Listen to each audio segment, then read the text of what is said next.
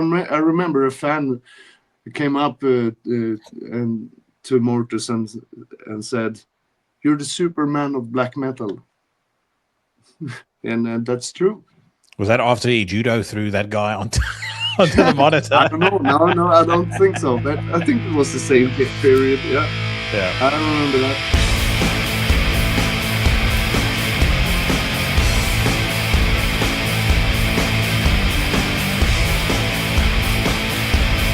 So there we go. Welcome to Into the Necrosphere, Magnus. Great to finally be talking to you. And when you said on Messenger that you're a tech nerd and that you love talking about stuff in the studio, that chimed with me, because I don't know whether you ever dabbled in the like audiophile side of things and the hi-fi side of things. I tend to find people that work in studios don't want to be around studio stuff when they get home, but if you're into that, we'll have plenty to talk about. You mean the I have a studio at home also, so I'm never away from it actually. So, but I don't do any work in the studio at home. I just write songs.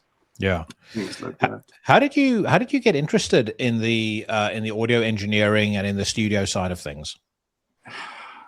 It came quite early. It was before I discovered that I wanted to play music. So I was playing around with my father's tape recorder when I was 5 or 6 years old. Wow! And I could record and change the speed and change the direction of turn the tape other way around, things like that. So that's how it started. And later, when I was 12 years old, I did my first home recording with 2 tape recorders. Made the technique called sound on sound, when you record a guitar on the first tape recorder and play back on the first one, and the second tape recorder you play put it on record and played another guitar and things, and you did like that for every generation of the ping pong or sound on sound recording. It got even worse every instrument you piled up. So that's how it started. But it took a while before I could buy equipment to record bands and things like that. And but I started to play, started band around 84, 85, things like around that period. So you'd have been about 14 years old by my count at that time. When I started to play guitar, I was 14 years old. Yeah. So guitar is my main instrument. How did you end up playing bass for Marduk then, rather? Because I know in your first stint with Marduk, you played guitar. When you came back, it was bass, and obviously that was a lengthy period of time that you spent with him. How did you end up on the bass? I play bass in different bands from time to time. Not that much, but I think the first band was some local bands of around 88 or something. I play bass, so from time to time play bass. So it's not it wasn't that hard to change to bass. And also that what Marduk needed a bass player. So Morgan asked me when Devo left the band. He asked me to join as a bass player. Yeah. How do you feel from switching from 6 strings to 4 strings kind of thing? Actually went for 5 strings. Okay. That was the thing. I asked Morgan, can I play with 4 strings? I have to play with 5 strings. Okay. Because some of the songs at that time was written on a 7-string guitar. So I needed a 5-string bass.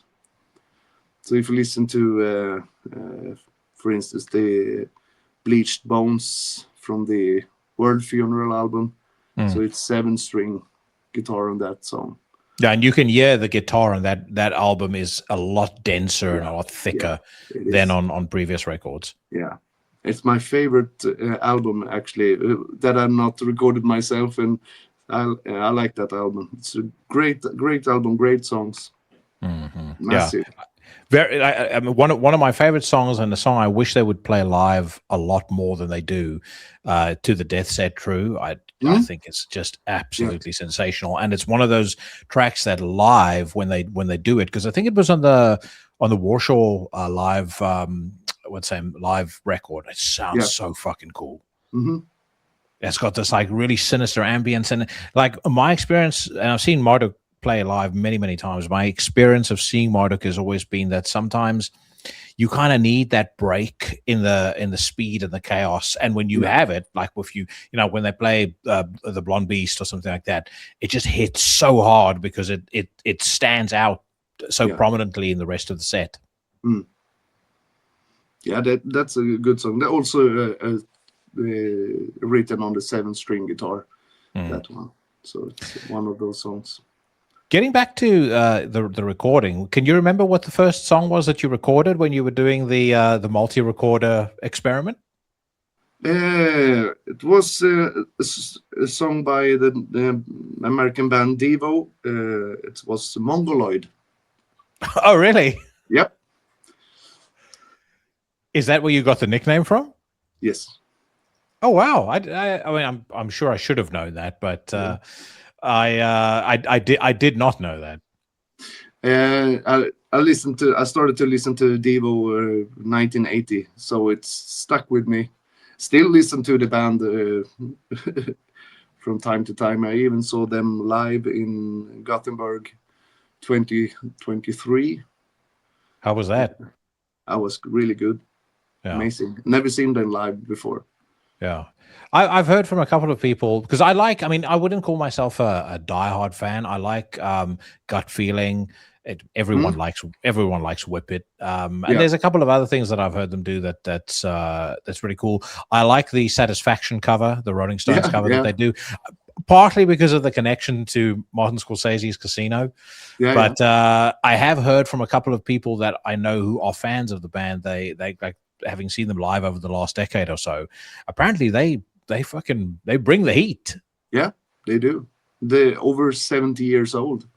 Three original members. That's great. Yeah. That is absolutely crazy. It's like we were listening the other day to, I mean, I don't even like the song very much, but on the News Rant, we were listening to the new Anthrax single, and we were listening to Joey Belladonna sing, and I was like, his voice sounds really, really good. I mean, I've never been the biggest fan of his vocals, but just in terms of how he carries his voice, the way he sounds, granted, there's almost certainly some studio trickery involved, but all the same, the man is 65 years old. Yeah. I cannot possibly imagine my dad at the age of 65 standing on stage singing a thrash metal song. Yeah. I haven't heard it yet, but I saw them live playing the whole album, the Among the Living album, on the 17,000 Tons of Metal. I don't know. I think it's 5 or 6. Oh, it's 7, 8 years ago, something like that. Sounded great, actually. Yeah. I mean, this is one of my bad takes when it comes to every so often we'll have a guest on and we'll say, like, what's your metal bad take? And I don't consider it a bad take, but I think many people would consider it a bad take. And I'm a much bigger fan of John Bush than I am of Joey Belladonna. Okay. Not so much the albums. Like I think that my favorite Anthrax album is Among the Living. Yeah, but I saw them live a couple of times in like early 2000 with John on vocals, and they were sensational. And then when I saw them later on with Joey, I was underwhelmed. Yeah, I saw them 87 in Sweden on the Among the Living tour. Damn. With the Testament opening up for them. Yeah, that must have been something. Yeah, it was. a while ago, somebody showed me some Old Testament clips from like 87, 88, like live shows, and fucking hell, the intensity and like the aggression that they used to play with. Like, you wouldn't think it now when you see Chuck Billy on stage. You know, he's an older dude and he's been through a lot health wise, so he's not as mobile on stage as he once was. But he used to go fucking crazy on stage. Yeah, that was a great show. I remember that. And no intro, no nothing. It just got up on stage and opened up with the Ragey Waters. Was great. Awesome. Yeah, I remember it. Yeah. It's almost 40 years old. 40 years ago. So, did you grow up with music around you? Like, were your parents particularly musical, or did you have siblings that played instruments? Where did your interest? Because clearly you had a pretty keen interest in it, especially if you were already starting to record things at the age of 6, or having an interest in recording things at the age of 6. Yeah. Where did the musical interest come from? Yeah, my father is a musician. Also, my mother played guitar and my brother played some guitars, and I started a bit later because I was more interested in the technical stuff, and my father also liked the still do all the technical stuff with the radios and things like that, and so it started. The interest in music was. Of course, as many in my age who plays metal, it was Kiss. It was when I heard them first time. It was I think I want to do this. I've always marveled at how many guys that have been in iconic black metal bands. Yeah. When you ask them who is the band that got you excited about music, so many of them say Kiss. Yeah. And I've also had an increasing number of people where invariably we'll start talking about Wasp, and it's like, the first 2 or first 3 Wasp albums, fucking brilliant. Yeah. Wasp. It's also the thing is, I heard Slayer first. When I heard Slayer, I saw them on the show, a British show called Monsters of Rock on the Sky Channel with, I think his name is Mick Wall. He had this, do you know that? Yeah, I know Mick Wall. He had this show called Monsters of Rock, I think it's called that. And he played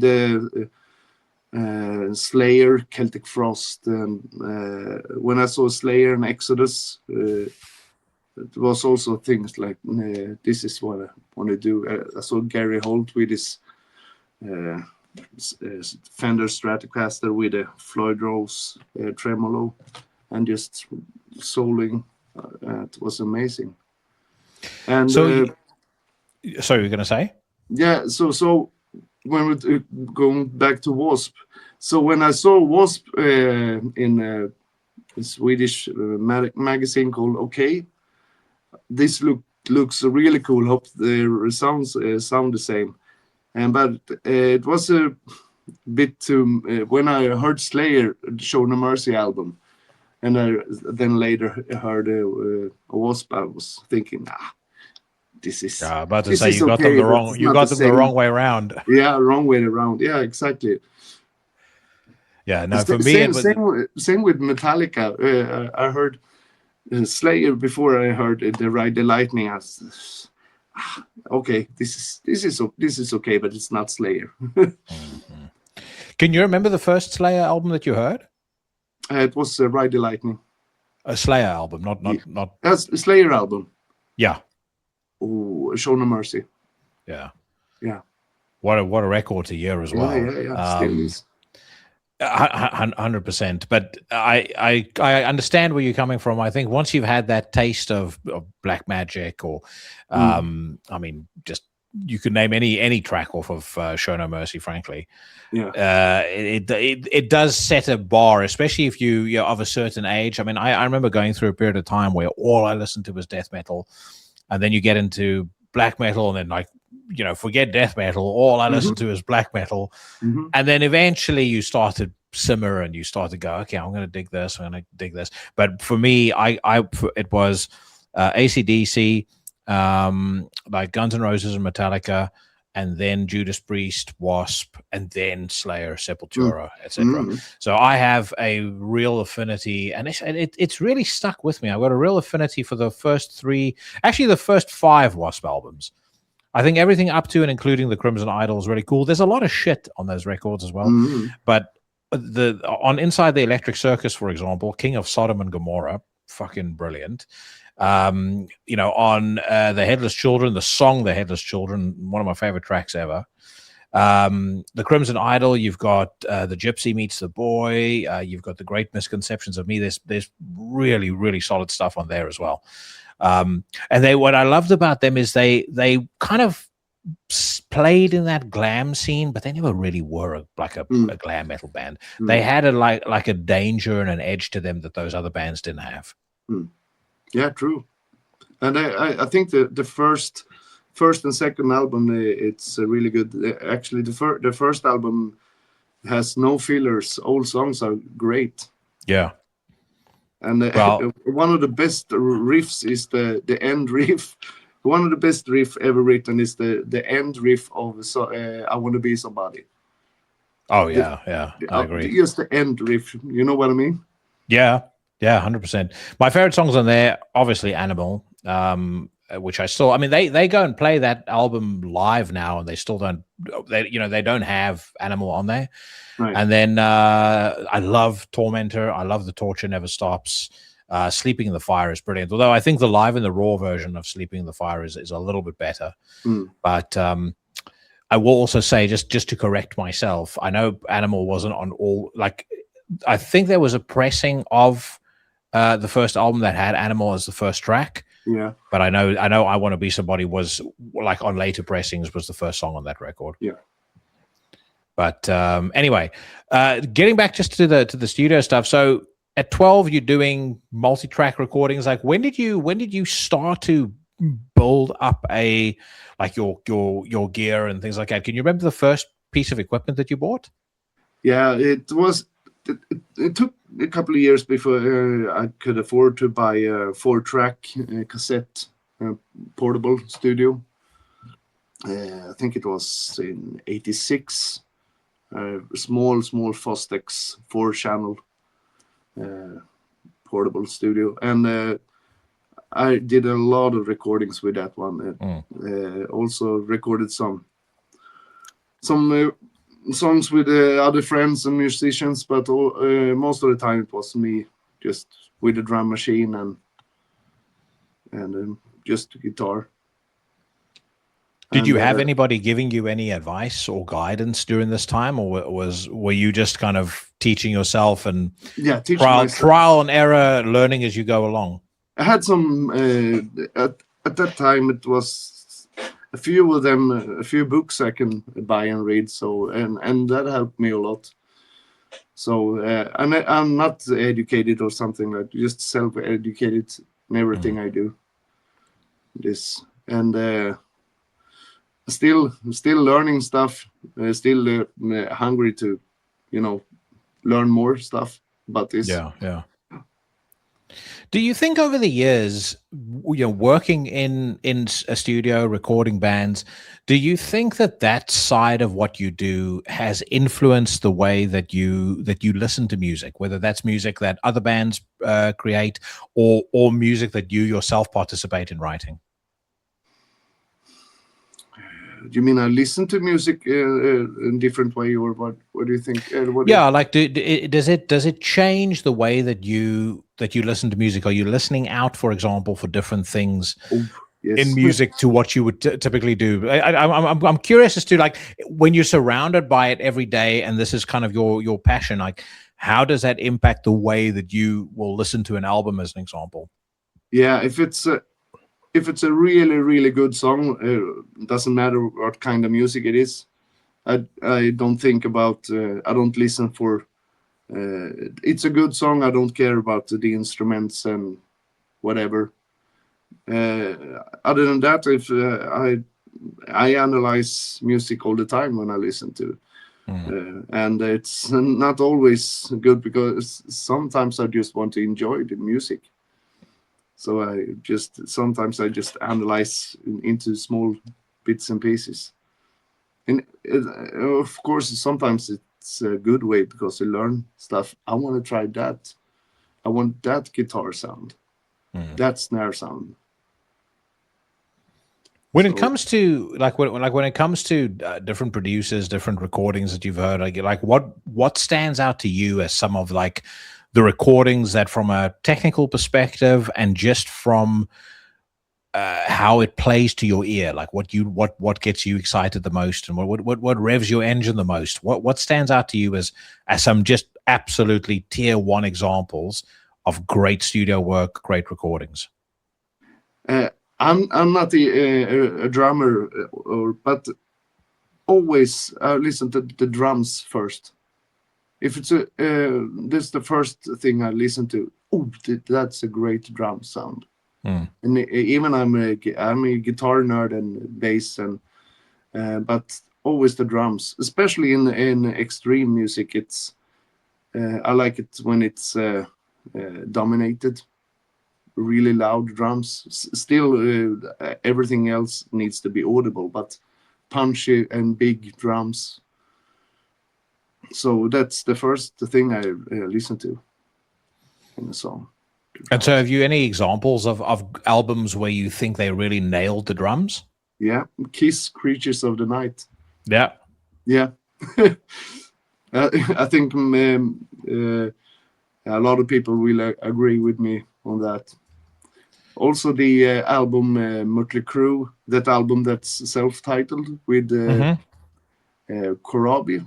What's the name? The singer? Yeah, John Corabi. Yeah, that album has a really, really good drum sound. Yeah. Amazing. The album is not that great, but the sound, the production is amazing. Yeah. And Tommy Lee's drumming are great also. And outside of extreme, or not those on extreme, but outside of metal, is there? What about if I think about the audiophile world, which I, it's spend a fair bit of time in. Anytime I've been to like the Munich high-end hi-fi show, they're always on Fleetwood Mac, Rumors, and Money for Nothing by Dire Straits, and I do get it. Like, I do like Fleetwood Mac. I think both those albums have grown on me because of the fact that I go to those audiophile shows. Yeah. But when you sit down and you listen to the way those records are recorded, I mean, it is fucking unreal. Yeah. And funnily enough, actually, Kiss is the same. If you have a really well-appointed hi-fi and you sit and listen to a live, I fucking challenge you to point out a recording that is more... It's just so in your face and so massive. Everything sounds fucking huge on the album. Yeah. Yeah, that's also a really good album. So when you as you were coming up as a musician, what was the scene like in Sweden in the early days? Because this, you joined Marduk at a very exciting time for extreme music and black metal generally, but what was your local scene like, and what was the vibe like in Sweden generally? Yeah, that's a long time ago. I joined Marduk in '92, and I think it was that's a typical question you have to ask Morgan of Marduk, because I actually don't remember. Well, what were those early recordings like? So the first album was the Dark Endless album was recorded on 8-track 1/4-inch tape machine. The way many people think all good black metal should be recorded. Yeah. But you have to back then you couldn't edit anything, so you have to play everything right.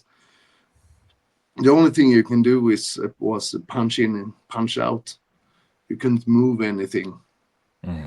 Just rehearsed and play the songs. And if something was wrong, you just put a bomb in there, a bomb sample or something like that from a keyboard or something. That's a classic. Perfect. Yeah. Just put a bomb or something.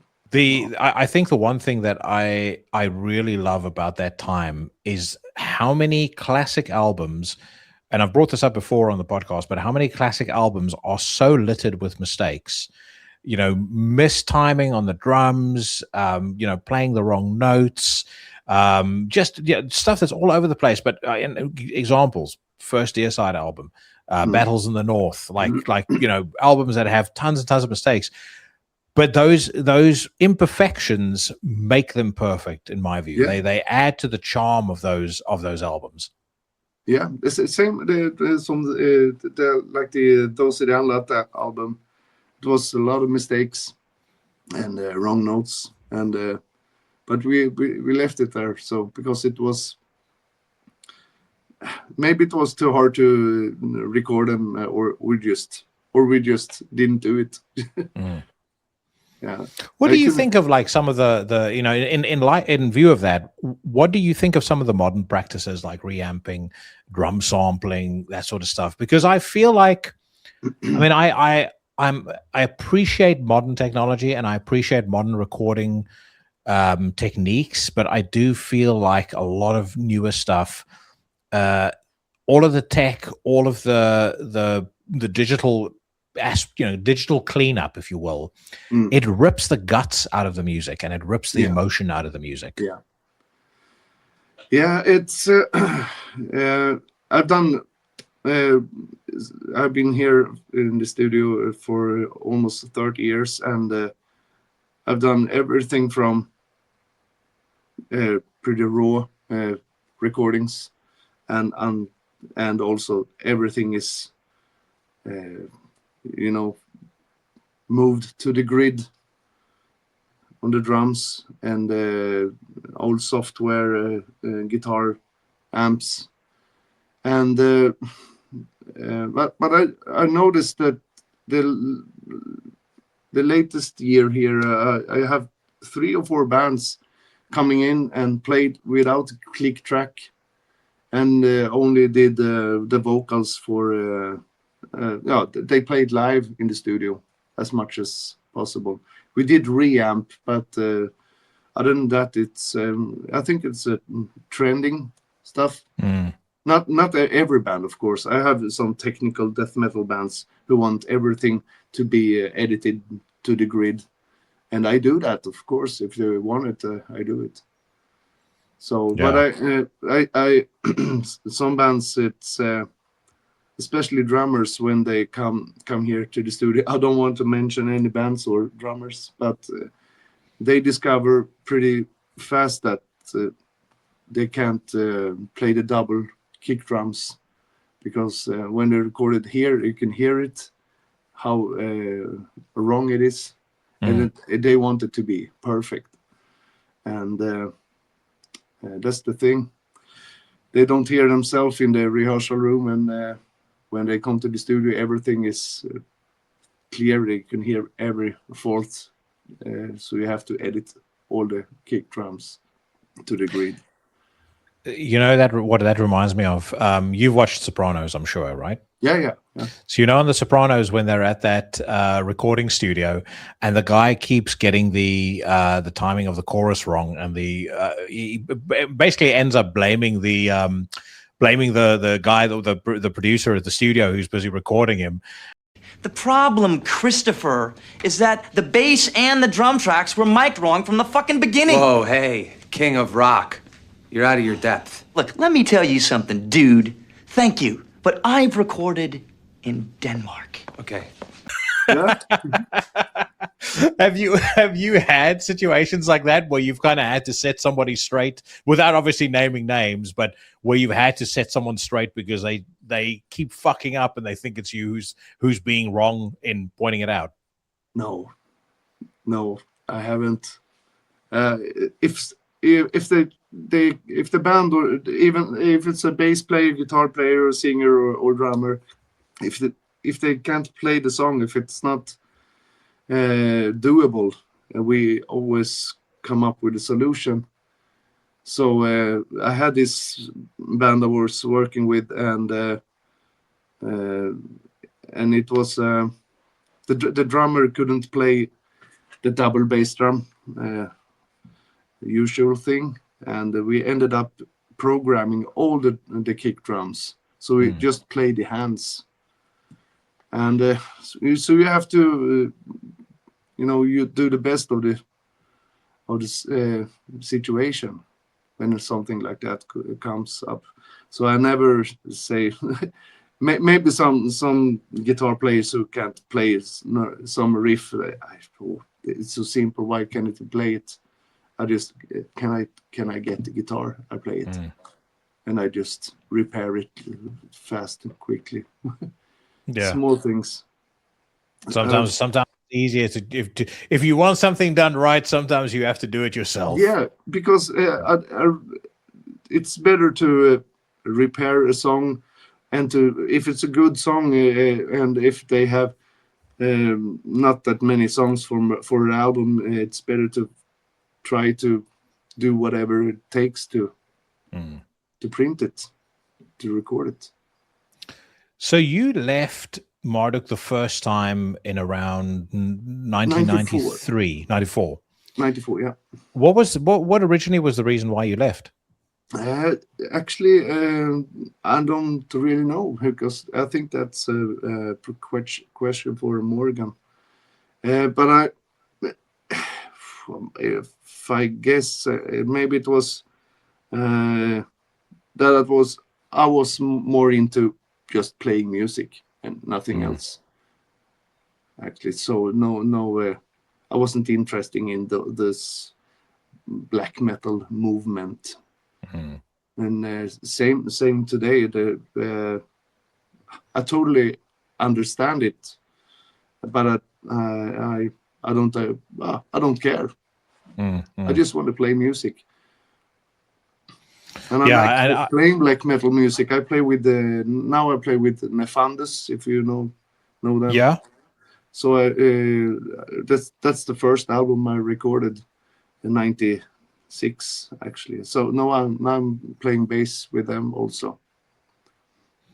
Yeah, and you send me very kindly a list of some of the things that you're busy with at the moment, yes. including Year of the Goat, and then the thing that I was really, really impressed with. Now, please correct my pronunciation if I'm wrong here, but Lake Cheko? Yeah, I think it's correct because it's Russian. Dude, that song that you sent me was fucking fantastic. I loved it. It's very different to what you would expect if you didn't know that you've played with a bunch of other styles of bands, rather than just blasting satanic black metal. But yeah, I thought it was fucking outstanding. This is me and a couple of friends from Norrköping here to put it together. Just a studio project to. So yeah, we don't have any deal. We just self-release it. And I think that recording, because it's in the whole album, we're going to release it online soon. I think it took 2 or 3 years to put together. And it was. Are you intentionally not shopping it around? Because I cannot possibly see a label not picking that up. It's really, really good. I don't know what label could be interesting in that, because I only know about the black and death metal labels. So yeah. Well, Season of Mist puts out lots of different stuff. They released Crippled Black Phoenix as an example. I mean, Crippled Black Phoenix, I think if you asked them directly, they wouldn't even call themselves metal. But I mean, I could see that doing really well on. I mean, maybe you don't want to sign with Nuclear Blast, but Nuclear Blast, Raining Phoenix could put that out. I mean, I would argue even like a smaller label would consider putting that out. But I that sounds like a project that has a lot of legs, if you know what I mean. Like, not to sit there and sound like a fucking money grubbing manager. I'm not Sharon Osbourne, but but it sounds like it definitely sounds like when people hear it. Like, I can see if you're a fan of bands like Down, Crowbar, just that style of metal that gets done. When it's done well, it's so good, and when it's done well, it's such a rare thing that somebody actually carries it off.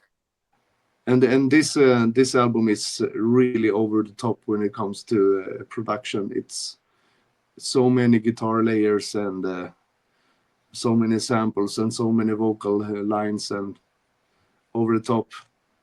And it's well, what I liked about the song that you sent me, because I listened to it on these Focal cans, so I could hear it really nicely. And what I enjoyed about it was the production was crisp and clear, but it's not sterile. It doesn't have that arch spire tech death feeling of like I literally sat there editing every fucking millisecond together to make it sound a particular way. So it still has that organic feeling to it, that warm feeling, if that makes sense. Yeah. But again, if you can imagine putting that on a hi-fi, and you're going to be pretty impressed. Cool. Yeah, I love it. Now, anyway, let's getting back to Marduk. When you returned, and you mentioned it was Morgan that asked you to come and play bass for them. Obviously, a lot of things have changed at that point because Mortuus had joined as vocalist. How different was the vibe in the band when you came back after 10 years away?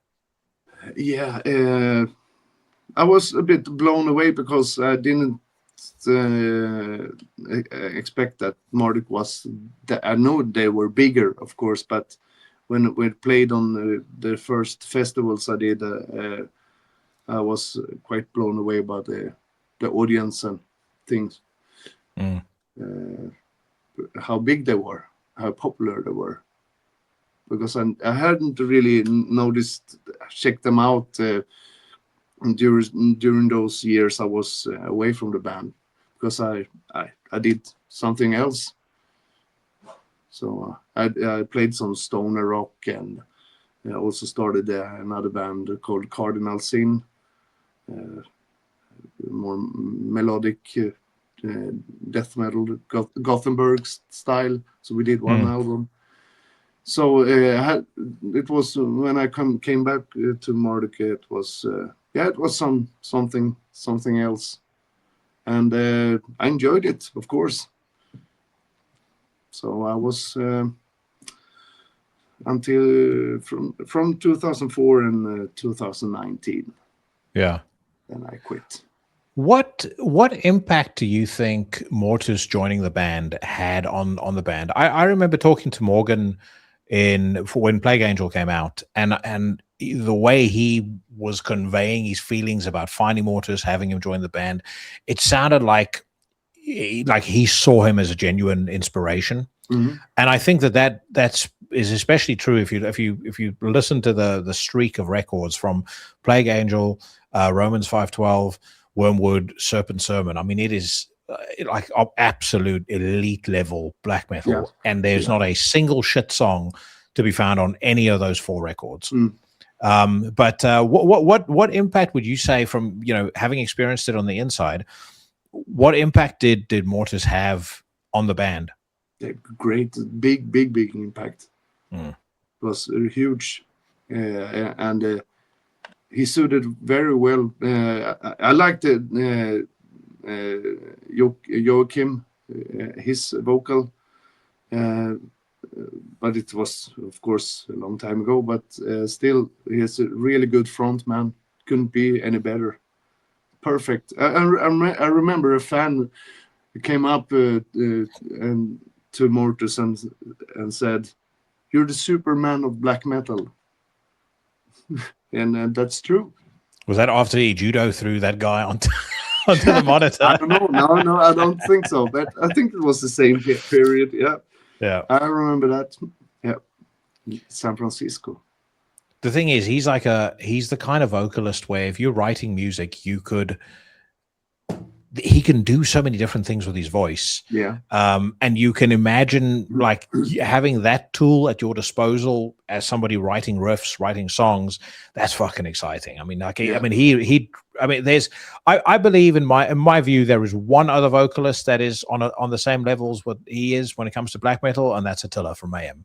But that's rare. That's rare air. Like those two guys are the standard bearers, in my opinion.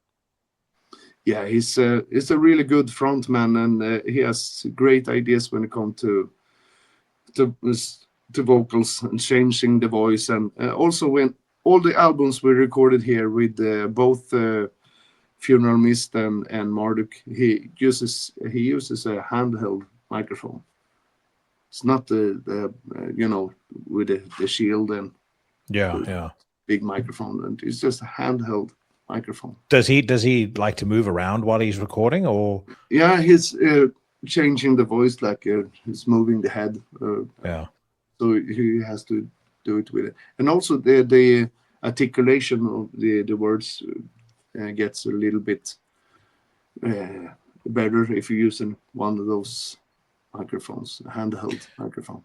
I would imagine it also gets him closer to the way he's going to sound live. Yeah, because again, there's nothing worse than listening to a vocalist, on a record sounding a particular way, and then live they sound like dog shit. I mean, you get that especially with a lot of people that sing clean. But I would argue with some of the, with some of the extreme bands, you kind of have that as well. But one of the things that also stands out, obviously, about that period from Plague Angel onwards is that's when they started recording with you. How much of the sound, because it again, like if you talk about standard, like setting the standards, to me, those records, when it comes to production, is what black metal needs to sound like. So how much of that signature came from you versus input from the band? Because the recording, the wrap around the music made Marduk sound completely different. Yeah. I think it was the Plague Angel album is it's mostly my sound, so to speak, and later me and Mortuus worked together, and with the production. So because more and more, I think it was Serpent Sermon and Wormwood. He was more involved with the production, and Wormwood is more like a experimental record when it comes to songs. A lot of things happening. We tried some stuff with the microphone techniques and drums and it's mostly me and him who worked with the albums. Of those records, you were saying? Yeah, except for the Victoria album, it was that one is a little bit specific because I had some ideas that I wanted to do with that album. It was first of all, I had this Judas Priest album in my head, Sin After Sin. Nothing, just I like the sound. It's a bit it's a classic sounding hard rock mid-70s album. So I wanted the album to sound more analog or warm. So we tried to first of all, the drums, we didn't have the resonance heads under, because they didn't have that on the 70s, and they had the microphone under. So there was Judas Priest, Sin After Sin, and also Peter Criss I had in mind. Because I saw some pictures. He has no resonance heads, and he has these microphones under the drums. And so we tried that on that album. And I think that's the album that I'm most satisfied with when it comes to the sound. Victoria. Okay, that's very interesting. One of the songs that I always loved on Victoria, and again, I think it's a shame that they don't ever play it live, but the final track, Silent Night, I think it's such a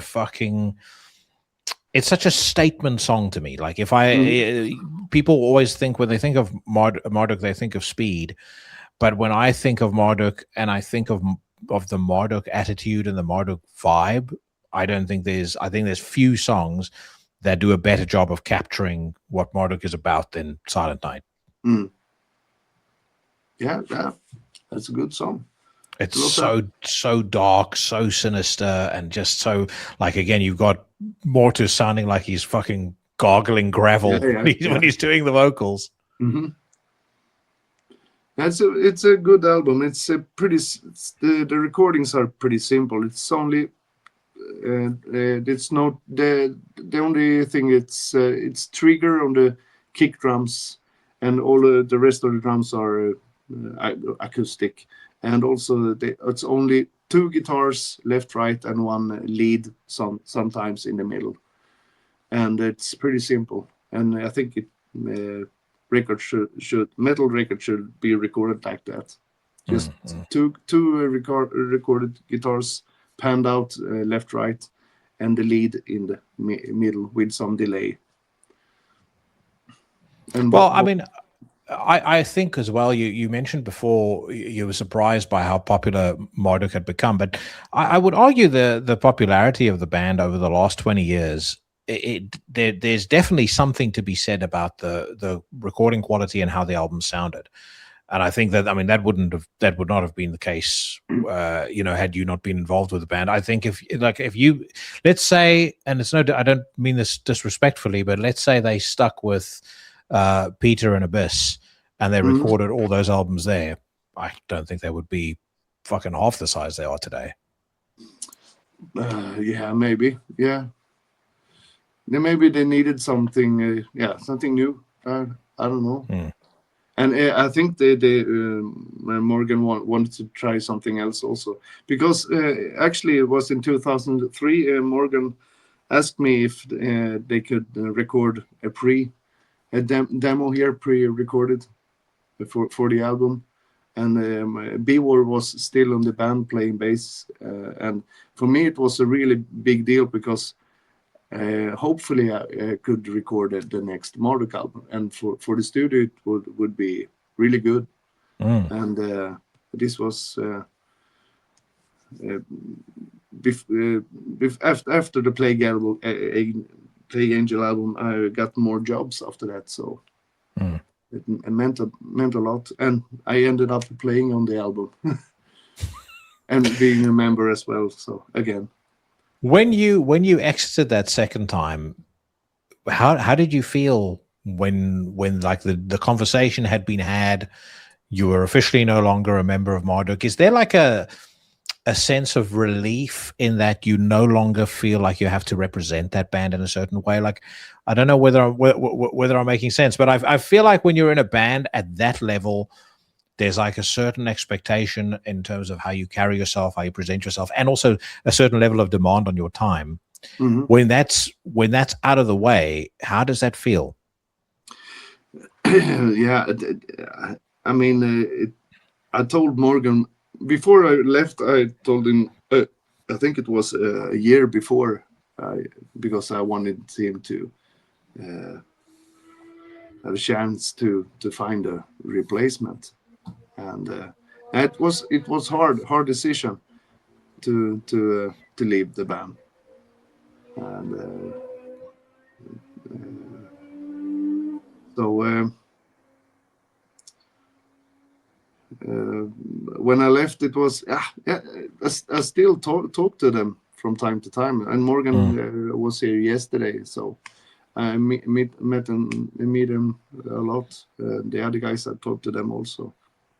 So it was, it was a relief, because it was hard to playing in the band, record them, and also have the studio, and it was the main reason I didn't want to travel anymore, and I want to do this because this is what I wanted to do from the beginning.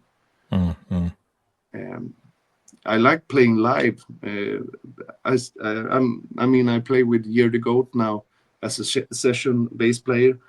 It's not even close how many gigs they do. Year the Goat, it's not, I don't know, maybe they do 20 or 30 gigs a year when they released an album. And Marduk is even more, and always traveling. I read somewhere that in the time that you were with Marduk, in that second stint, you played nearly 900 shows total. Yeah, total. Yeah, and I checked it. That's fucking insane. Yeah. That's fucking insane. Yeah, and I think it's. I think I wrote on the statement that it was 55 countries or also. Yeah, it's a lot. And what is it? What is it about the travel that started to get to you? The traveling, all the waiting, all the airports, and it sucks you dry. Energy, and also the time I couldn't spend here. It was always hard to book a band in the studio because I don't know if there's a South American tour or Australia or Japan or and the tours could be 2 or 3 weeks up to maybe 6 weeks in Europe, and I enjoy play. If it was, I remember I talked to Morgan about the last European tour we did. It was a nightline tour. You have you have everything. You have the guitar tech and bass tech and everything. You don't have to do anything. Just come up on stage, put the makeup on and just play. And if it could be that all the time, it would be fine. Actually, I could do this many more years. But still, I enjoy playing on stage and being on stage. So I did 2 shows with Year the Goat now this last December, and I think it was 2 weeks ago in Germany, a festival.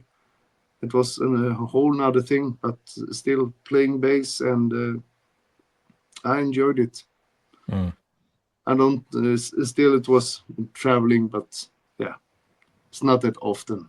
Yeah, it's not at the pace that Marduk did, and I think, I mean, people also have to understand you guys aren't flying first class everywhere you go. No. You're not, you're not in like this massive super plush tour bus. Even when you're a band at Marduk's level, it's the creature comforts are few and far between, and you get to a certain age where you don't want to be entitled or demanding. But I mean, I know exactly what you mean when it comes to queuing at the airport. I mean, fuck that. I hate it so much. I can't tell you how much I detest being in an airport. Every single part of the experience I despise. Yeah. They're even worse on the airplane itself. Oh God, yeah. And I mean, you're a pretty tall guy, are you not? So if you're not flying premium economy or business, it fucking sucks. Yeah. I'm 6 foot. I flew to Arizona from London in economy, and I honestly felt like I was gonna fucking die after about 6-7 hours. Like your back is sore, your fucking legs are stiff, just everything feels like you just feel like total dog shit by the time that you get off that plane. And you can't sleep. I can't sleep on the plane. No, fuck no, me neither. I can't even sleep in business class. So like when I fly, it's just I just assume you will be awake for the entirety of the flight, and then you need to catch up on it the next day. Yeah, I hate flying. No. I mean, the thing in the airports, when you have that such, I'm sure you saw plenty of this. You have those scenarios where you're queuing, and then some fucking idiot tries to shove into the front of the queue, and then when you tell them, "Hey, dude, get to the back of the line," then they pretend like they don't know what you're talking about. It's or they don't understand how queuing works, and it's like, and I was like, man, if I could, I would literally throw you into the fucking propeller. That's those wild times are behind you now, though. It is. But I mean, it's a good thing that you found an outlet where you can still get the enjoyment of playing live. Yeah. Without all the hassle of having to do it at the pace that Marduk were doing it. And I mean, to your point, you guys are still, you're clearly still speaking because you did Memento Mori. Yep. So over the course of your career, if you look back at all the recordings that you've done, what are some of the recordings that aside from Victoria, that stands out to you that you're the most proud of? That think that, like, if you had to put together a portfolio of your best work to show somebody, you'd go, those are the works you judge me by. Yeah, that's so many. But I always, when it comes in. When a new band comes to the studio, sometimes they ask, "Can we hear something new that you recorded?" I always play a band called what's that? I was going to say, you play them the first Burzum demo, and you say, if that's not good enough for you, then get out. Yeah. Yeah, Throne of Heresy. I don't even think I know that myself. They did 2 albums, and actually I'm really happy with that. It's more like death metal. Yeah. This I've got them now. Throne of Heresy, and they've done 1, 2, 3 albums. The Stench of Deceit, Antiarch, and Decameron. Yeah, I did the second and the third album. Awesome. Okay, now I'll definitely check that out. I don't know why I wasn't familiar with that. They didn't do anything after that, so they did those albums, and they didn't play that much live. And I worked with the drummer in the same band with some other projects. Maybe you know Van Helgd. Yeah. So I recorded the latest one with Van Helgd. It's the same drummer. Also King of Asgard. Also recorded. Also happy with those albums as well. Yeah. King of Asgard. And what else? Actually, I did not long ago a Swedish thrash metal band from Stockholm called Disarray. Also recorded more or less without click track. Everything was no triggers, just the Marshall GSM 800s, and classic thrash. Also Swedish band called Ventiax. Also very young people recorded here. Also same thing there, no click tracks, and those recording turned out really.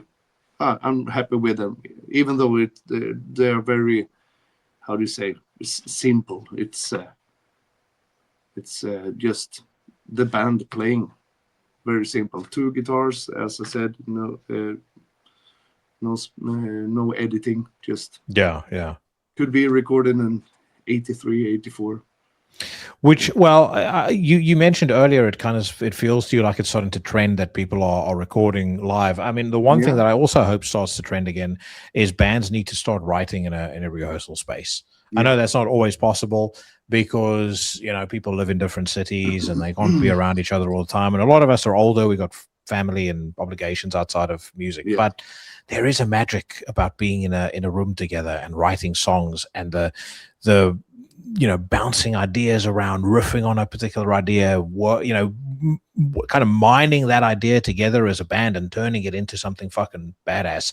I feel like a lot of the spontaneity has gone away because that chemistry is no longer happening. That alchemical reaction is no longer taking place. Yeah, I totally agree. I remember I talked to Morgan about that, and he told me that I miss writing songs in the rehearsal room.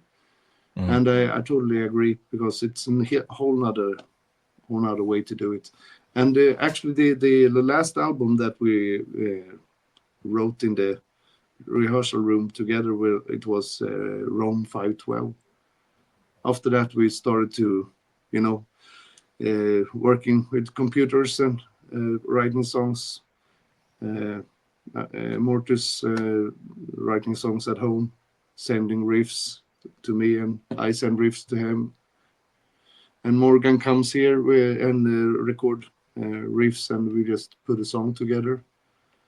Yeah, He shows up it's, when he's done hunting. He he yeah, turns up. yeah. I've got one last Marduk related question for you, and it is just because I've always been curious about this. How much did Mortuus have a hand in how Wormwood ended up sounding like? Because I've always suspected that it has always kind of sounded to me more like a Funeral Mist album than a Marduk album. Yeah, but it's as I said before, it's more or less him producing that album. And same with the Memento Mori. It's I'm more like I'm just a technician on that album, and so it's because I wasn't in a band anymore. I didn't do any ghosting, or I think I did some repairs with the bass on some songs on Memento Mori, but more or less it's Mortuus production wise. We tried so many guitar sounds before he was happy, and so but I know how he works, and I know how we can come up to something that works. And same with the Funeral Mist albums. It's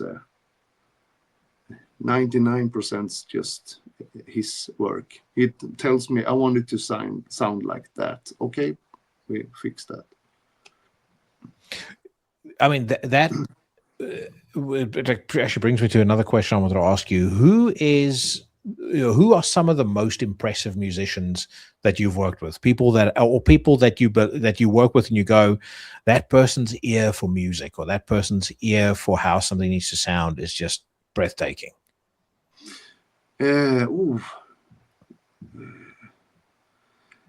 I have to say, it's not a really, really good musician, but he has this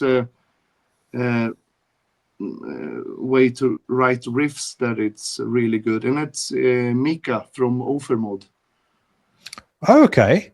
Yeah, I like his riff, even though he's not a super guitar player. He still makes really good riffs and really good songs. And that brings us back to the original comment about like the older albums. I mean, go to the first Bathory album. Everything is super straightforward and simple, but I mean, play Raise the Dead today, and people. I mean, if like when you see Blood, Fire, Death doing it, people go fucking nuts. Yeah, that was the first song I heard with Bathory, Raise the Dead. It totally blew me away. What a masterpiece! What is this? Total masterpiece. Yeah. I was sitting talking to my friend Cheyenne about this when we were at Beyond the Gates last year, because we were watching King Diamond, and they played Halloween, and I sat there saying to him, like, there was just something about the simplicity of riff writing in the 1980s where they could make 3 notes or 4 notes sound so much more meaningful than so many other bands that put 5 times the work into a riff. But I feel like with many bands that's a bit of a lost art. Yeah, totally agree. Final question for you: is there anybody that you haven't worked with yet who you would like to work with? You had this dream, maybe some you can make an album with the bands like Possessed, something. But I know Peter Tekgren did work on the latest one. I think the one before also. But bands like that, something nostalgic would be great. Voivod. Yeah. Or Destruction, or even I think you'd be able to do something fucking incredible with Destruction. That would be great. Next time I see Schmier, I'll tell him, like, next Destruction album, you want to go to Endarker for that one. Yeah. I know they recorded. I don't know how many, but they recorded also in Abyss Studios So I think they have, and that's a great studio, by the way. I know Peter really well because I was playing keyboard with his band Pain for I think it was. I remember Pain very well. Yeah, I played keyboard and bass the last 2 shows with them before I joined Marduk again. Yeah. I don't know. I can't come up with something. I will work with this band and this band. So, but some older bands that you're listening to when back then would be great to record or produce. Yeah. Well, Magnus, thank you so much for your time. It's been an absolute blast catching up with you, as I expected that it would be. And I hope our paths will cross again at some point down the road. And I really cannot wait to hear that record once it's done. The Lake Cheko. Oh yes. Yeah. I think we will release it next week or something. Fucking fantastic. Yeah. Well, in that case, we'll have a song that we can play when we got you on. So thank you again for your time, and I'll catch you down the road. All right. Thank you.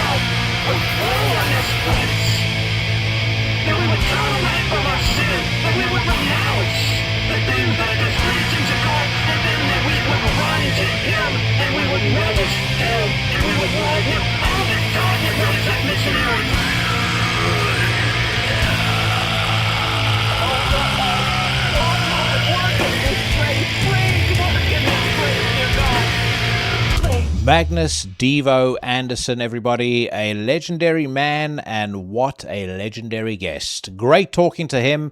This is not something that he does often, so you caught him in a rare long-form podcast appearance, but I certainly thank him for his time, and I hope you guys had as much of a blast listening to that as I did recording it. Great guy. You heard him in action on the bass on that track that just wrapped us up, the song unmistakably whore-crowned by the mighty Marduk, taken from arguably one of my favorite, if not my favorite Marduk albums of all time, Wormwood. And as always, the Bandcamp link for Marduk will be in the description to the podcast. Let's be honest, if you aren't a staunch Marduk supporter, there is probably a very good chance that you stumbled onto this podcast by mistake.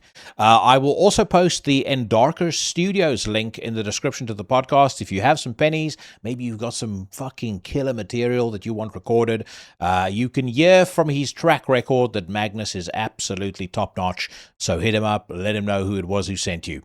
Right now, it is time for some Unsanctioned Filth. And of course, I wasn't going to be able to let the episode pass by without letting you guys get a taste of the other project, the new project that Devo is now a part of, Lake Cheko. Now, I heard this, and I will tell you, it caught me by surprise. I don't necessarily think the vast majority of you would be able to predict what it's going to sound like, but like I said, I really enjoyed it, thought you guys might dig it too, and considering the fact that they are unsigned, that means they are perfect contenders to bask in this week's Unsanctioned Filth spotlight.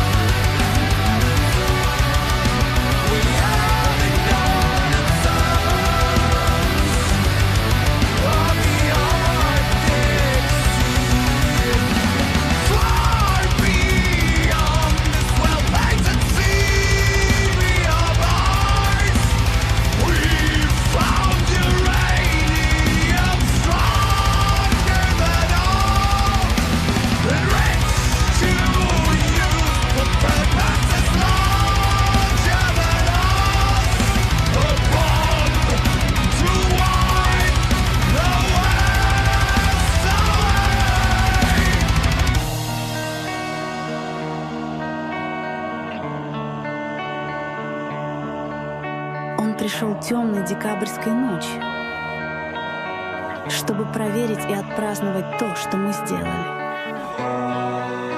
Его внешний вид вызывал большое уважение и трепет, который мы чувствовали глубоко в наших сердцах. Приветствовать великого архитектора коммунизма —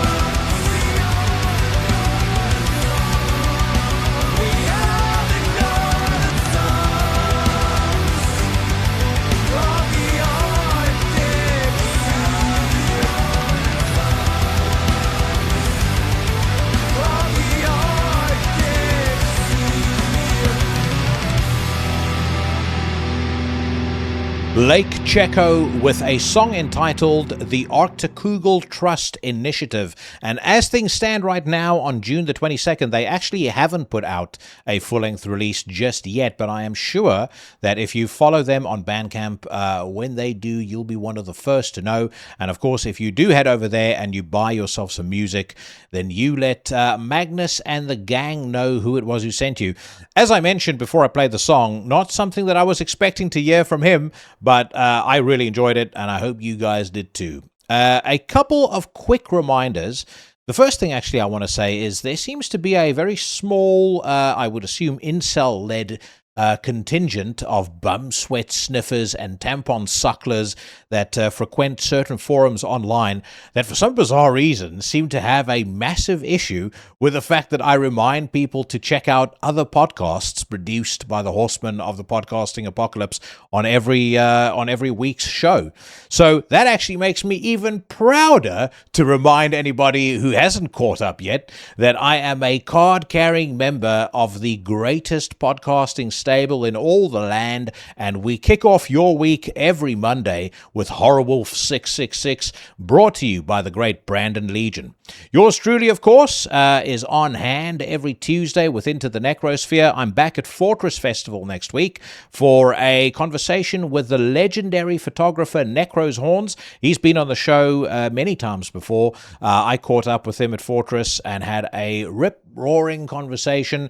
You guys are not going to want to miss that. Of course, there'll be the Weekly News Rant as well. And I now post those, or I repost the Weekly News Rant every Friday as well, just in case you missed it. Or if you're somebody who just likes to check out the news rants, now you can tune into that exclusively on a Friday. On a Wednesday, we got your first double shot. Everything Went Black by Mike Hill, followed by Iblis Manifestations, courtesy of Cheyenne. On a Thursday, Mike Hill returns alongside the increasingly prolific Sheriff Mike Scandado. I say increasingly prolific because he's been on many a news rant this year, will continue to be on many a news rant moving forward. But Necromaniacs absolutely is one of my favorite podcasts of the week. If you're looking for something to watch over the weekend, those guys have got the goods to set you up for that dismal period when you get to step away from work. We also have on a Thursday and again on a Sunday, the Sinister Minister, the Reverend Carl Haikara, coming your way with a serving, a guided tour across the dark, the weird, the arcane, and the esoteric with his podcast, Soul Knocks. Make sure to check out intothenecrosphere.com for episode playlists and various other show-related malarkey.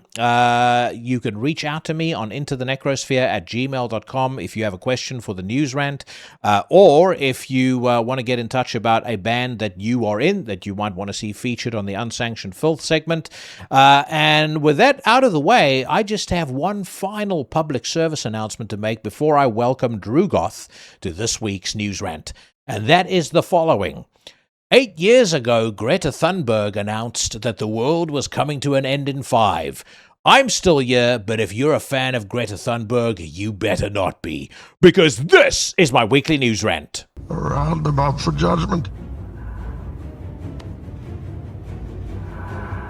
And hang them where the world can see. Deacon Drugoth, welcome back to the Weekly News Rant, brother. How's it going? Things are going. Thank you for having me back.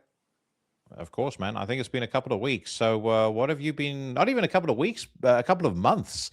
What have you been getting up to?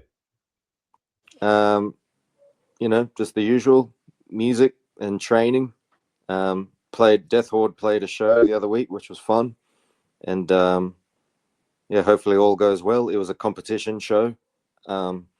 If we are successful, we get to open for the Necrosonic Festival, which is a big sort of metal music festival in Brisbane, in Queensland.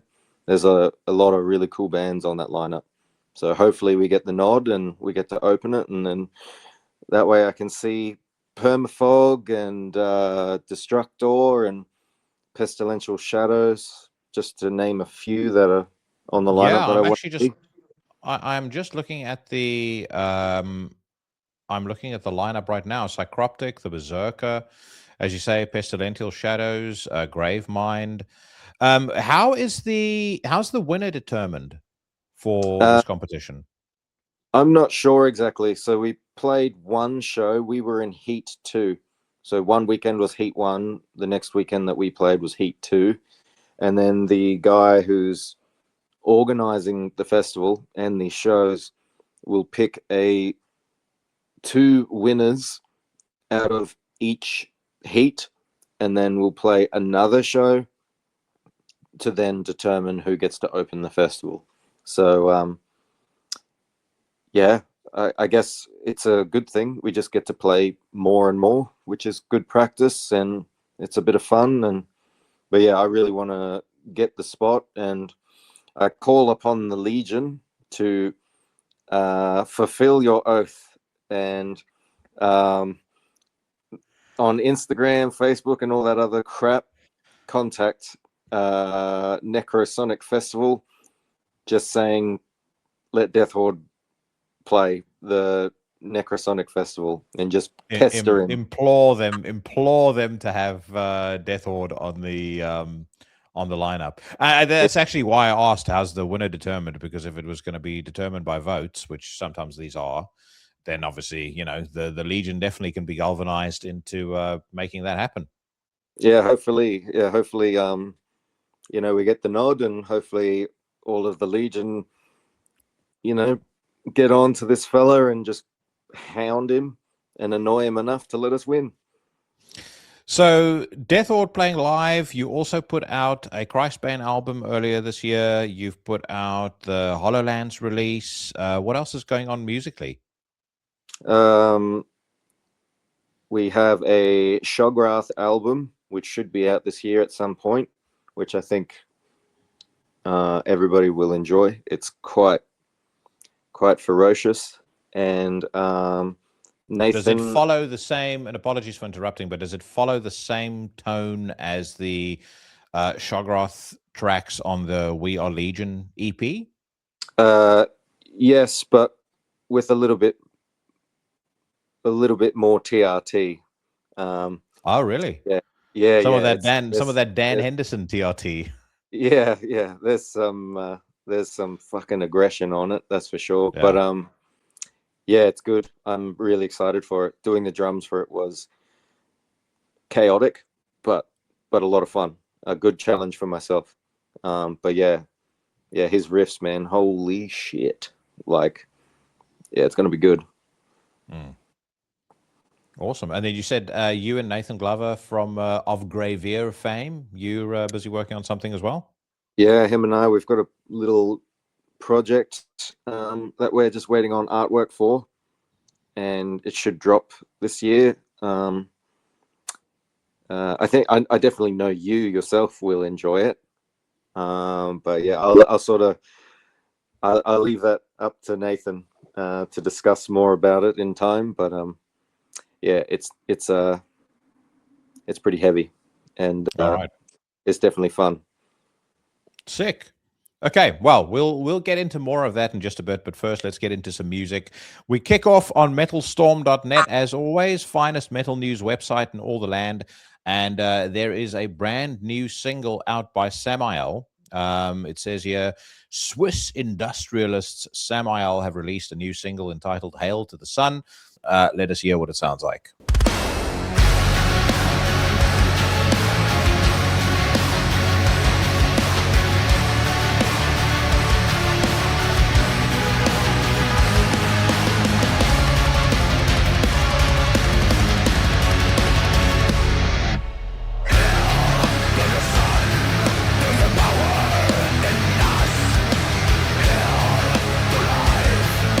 Greatness and grace.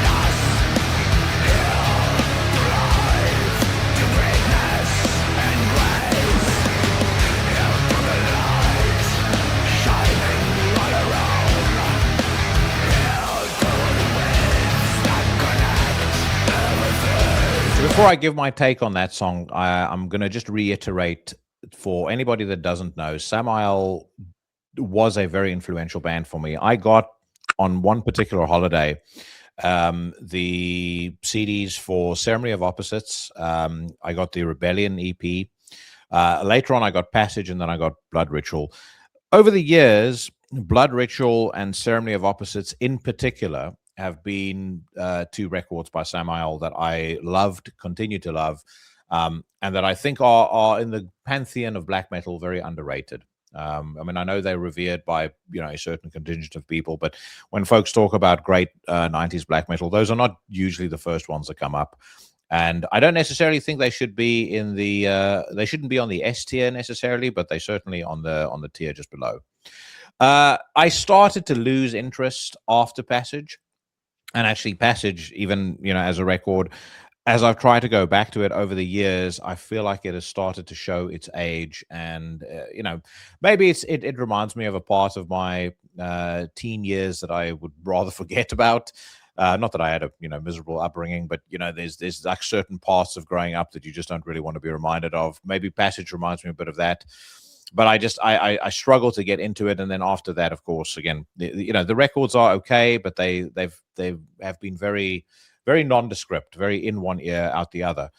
What I would say is, I've got a hunch what you're going to think of this song, but actually, for the first time in quite a while, I've just heard a new Samael single that I actually don't necessarily feel entirely indifferent towards. I quite enjoyed what I just heard, to such an extent that I think if they were to put out an album now, I might be a little bit more curious to hear what the rest of it sounds like than I was when they put out the other two singles they've released so far, which was Hidden Empire and Black Matter Manifesto. But I will hand the floor to you. What do you think?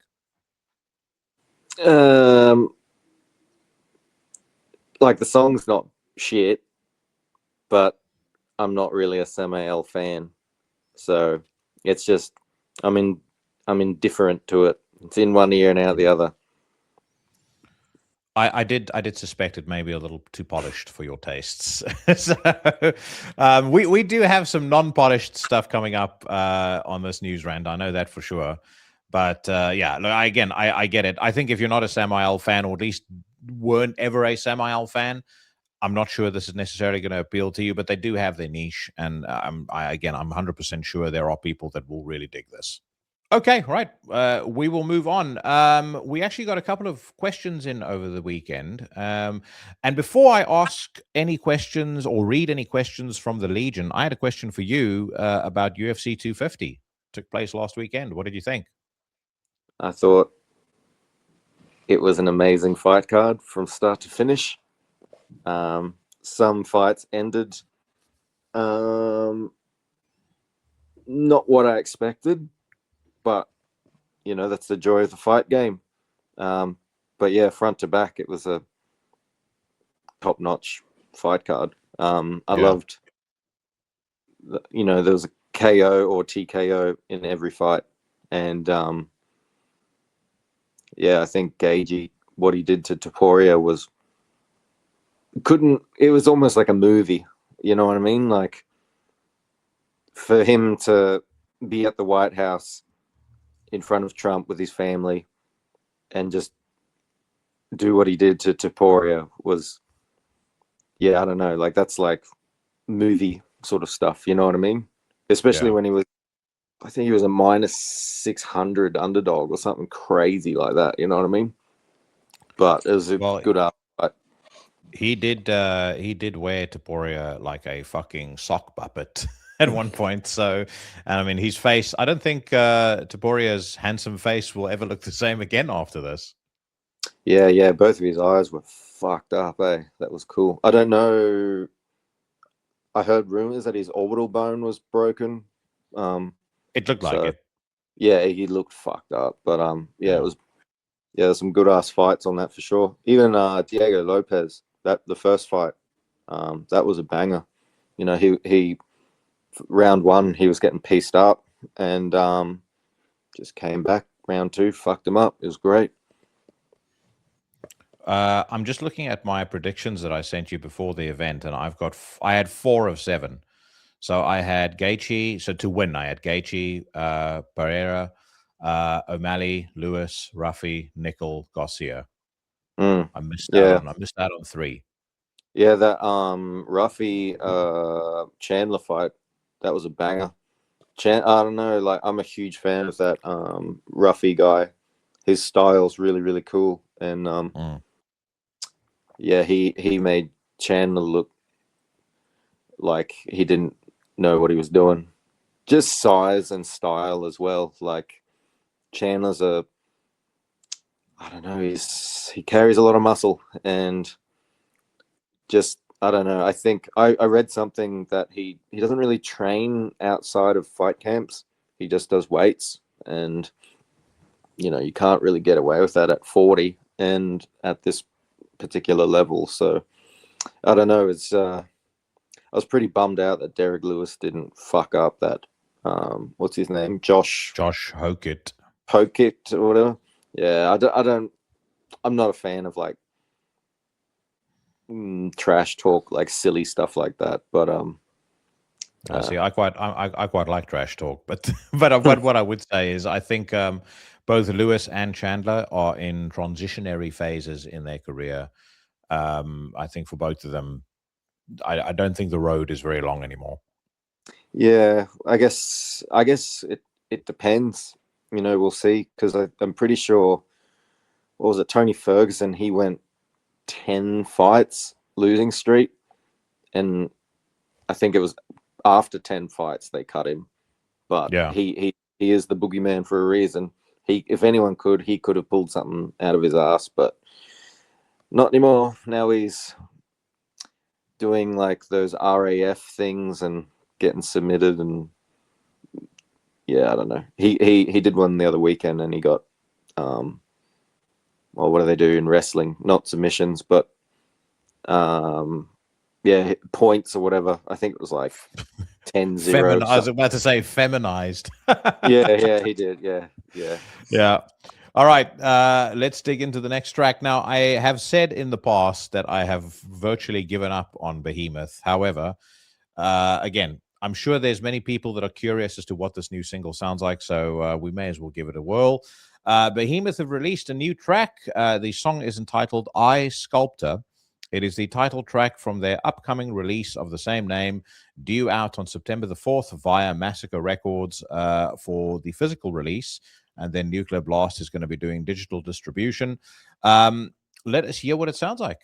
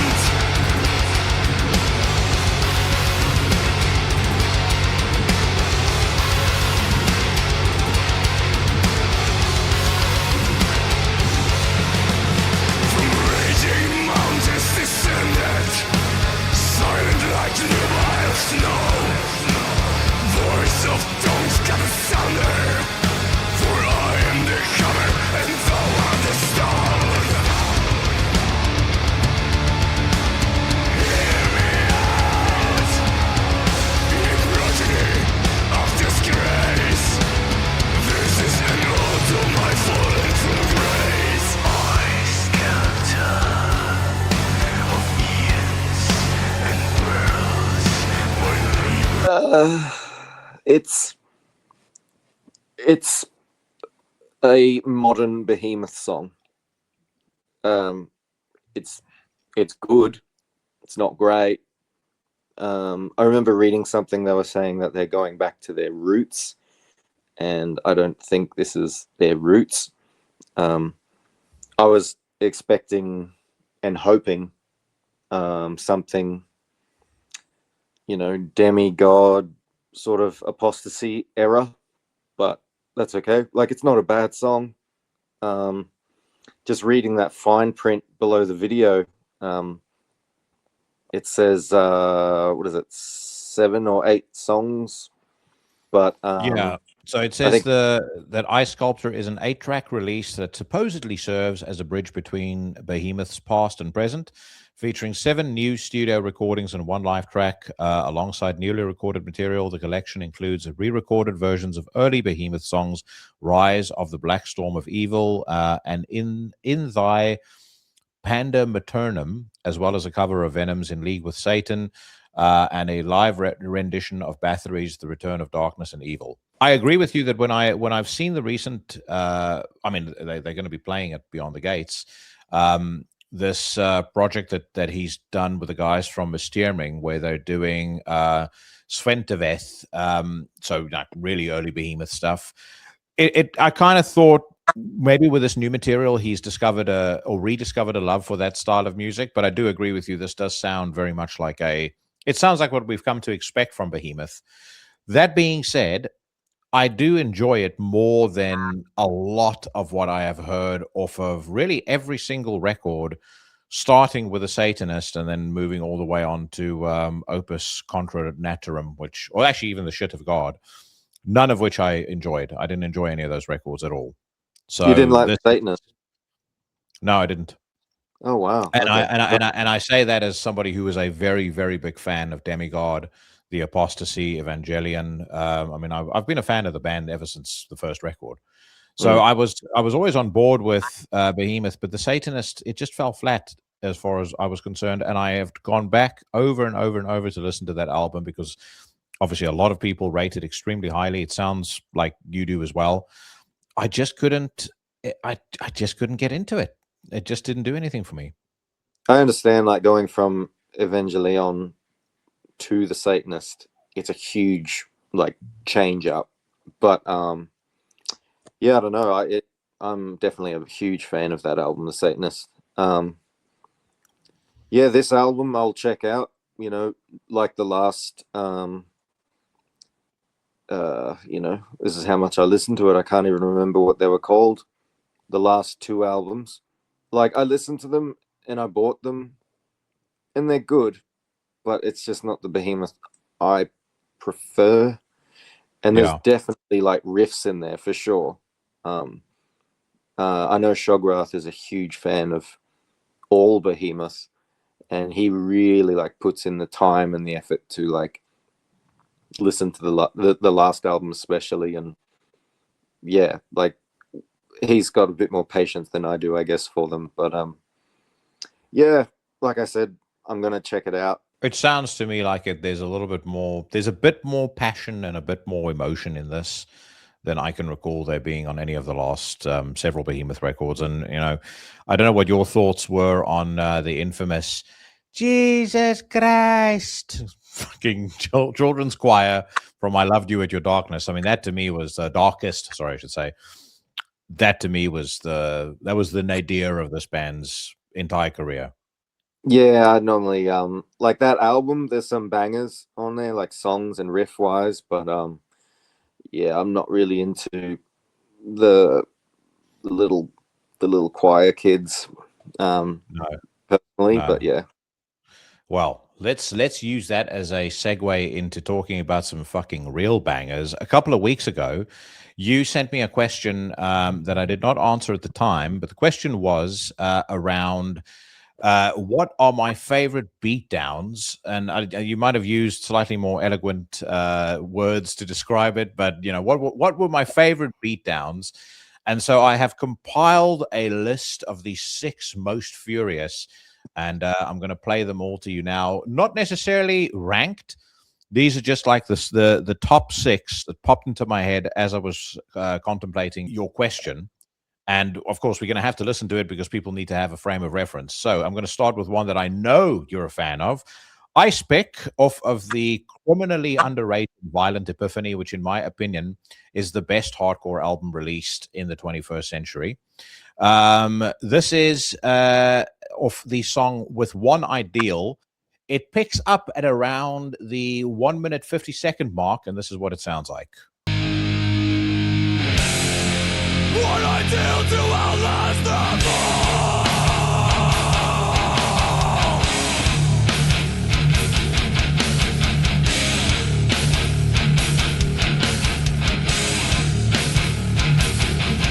Our way of life, irrespective of how we differ in our beliefs.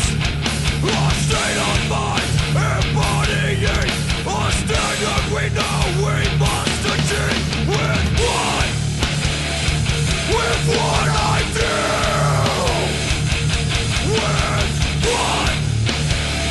With one ideal.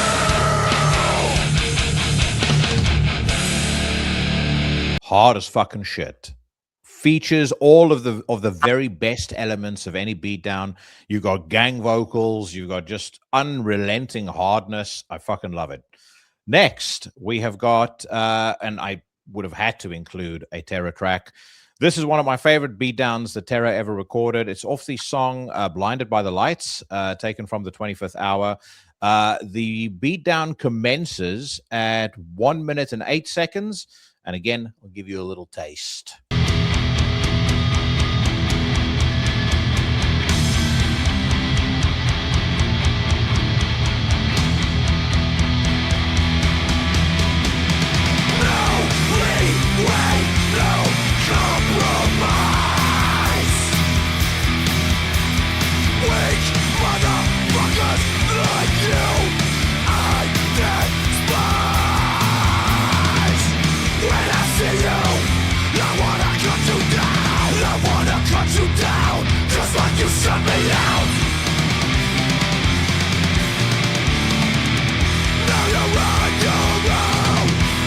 I mean, Terror are absolutely fucking fantastic. That beatdown is like the Springbok rugby scrum against lesser competition, which means by extension, all other competition. Next up, we've got off Make Them Beg for Death, one of Dying Fetus's greatest moments. This is from the song Undulating Carnage, and the mayhem begins at the 2 minute mark.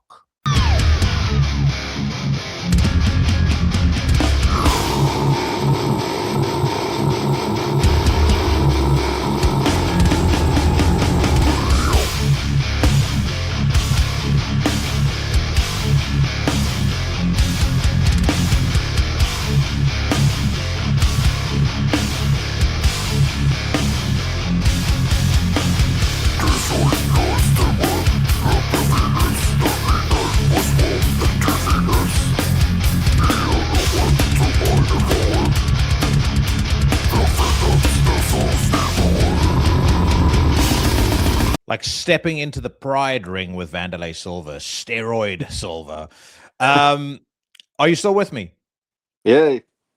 All right. Yeah. Try not to, get into a fight.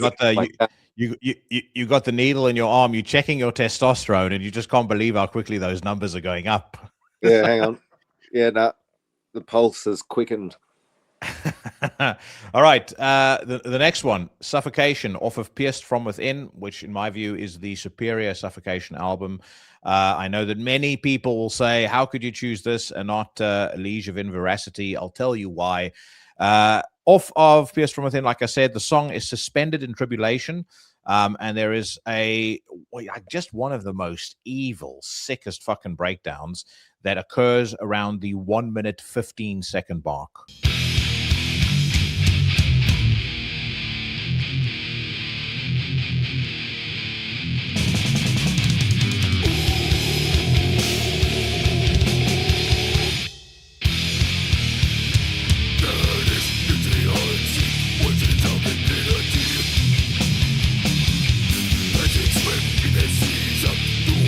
Ecstasy.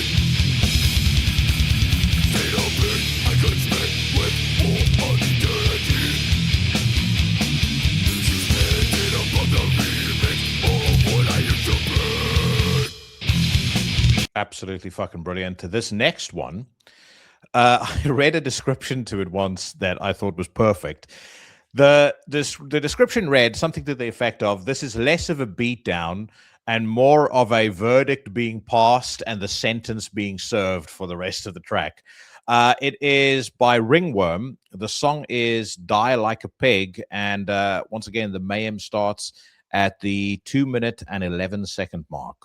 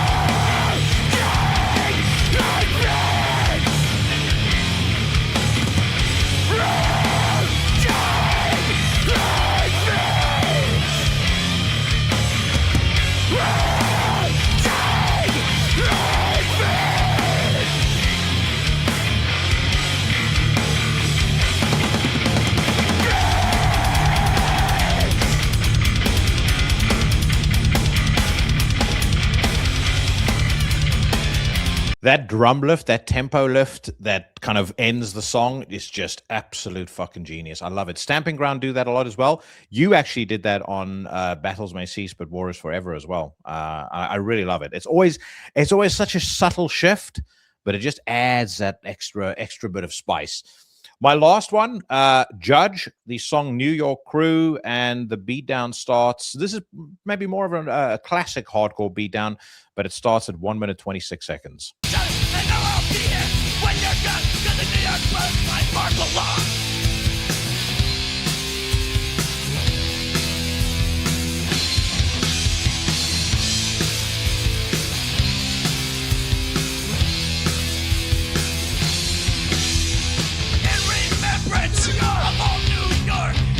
To my friends, New York was that fun. A special place left in my heart. Those days are gone, man, but they're not forgot. New York, New York, they're not forgot. New York, New York, they're not forgot. One thing I'll say about that beatdown as well, for some reason, I don't think he's ever actually even mentioned the song to me, but that always reminds me of our friend Sheriff Mike Scandado. So shout out to him. But yeah, there you go. I actually had a couple of others in the short list as well. And I know I've done this on a news rant probably about 2 years ago. Probably the list now is a little different. One I would certainly consider for inclusion there, Slaughtered by Pantera. The kind of last part of the song is just absolutely brilliant.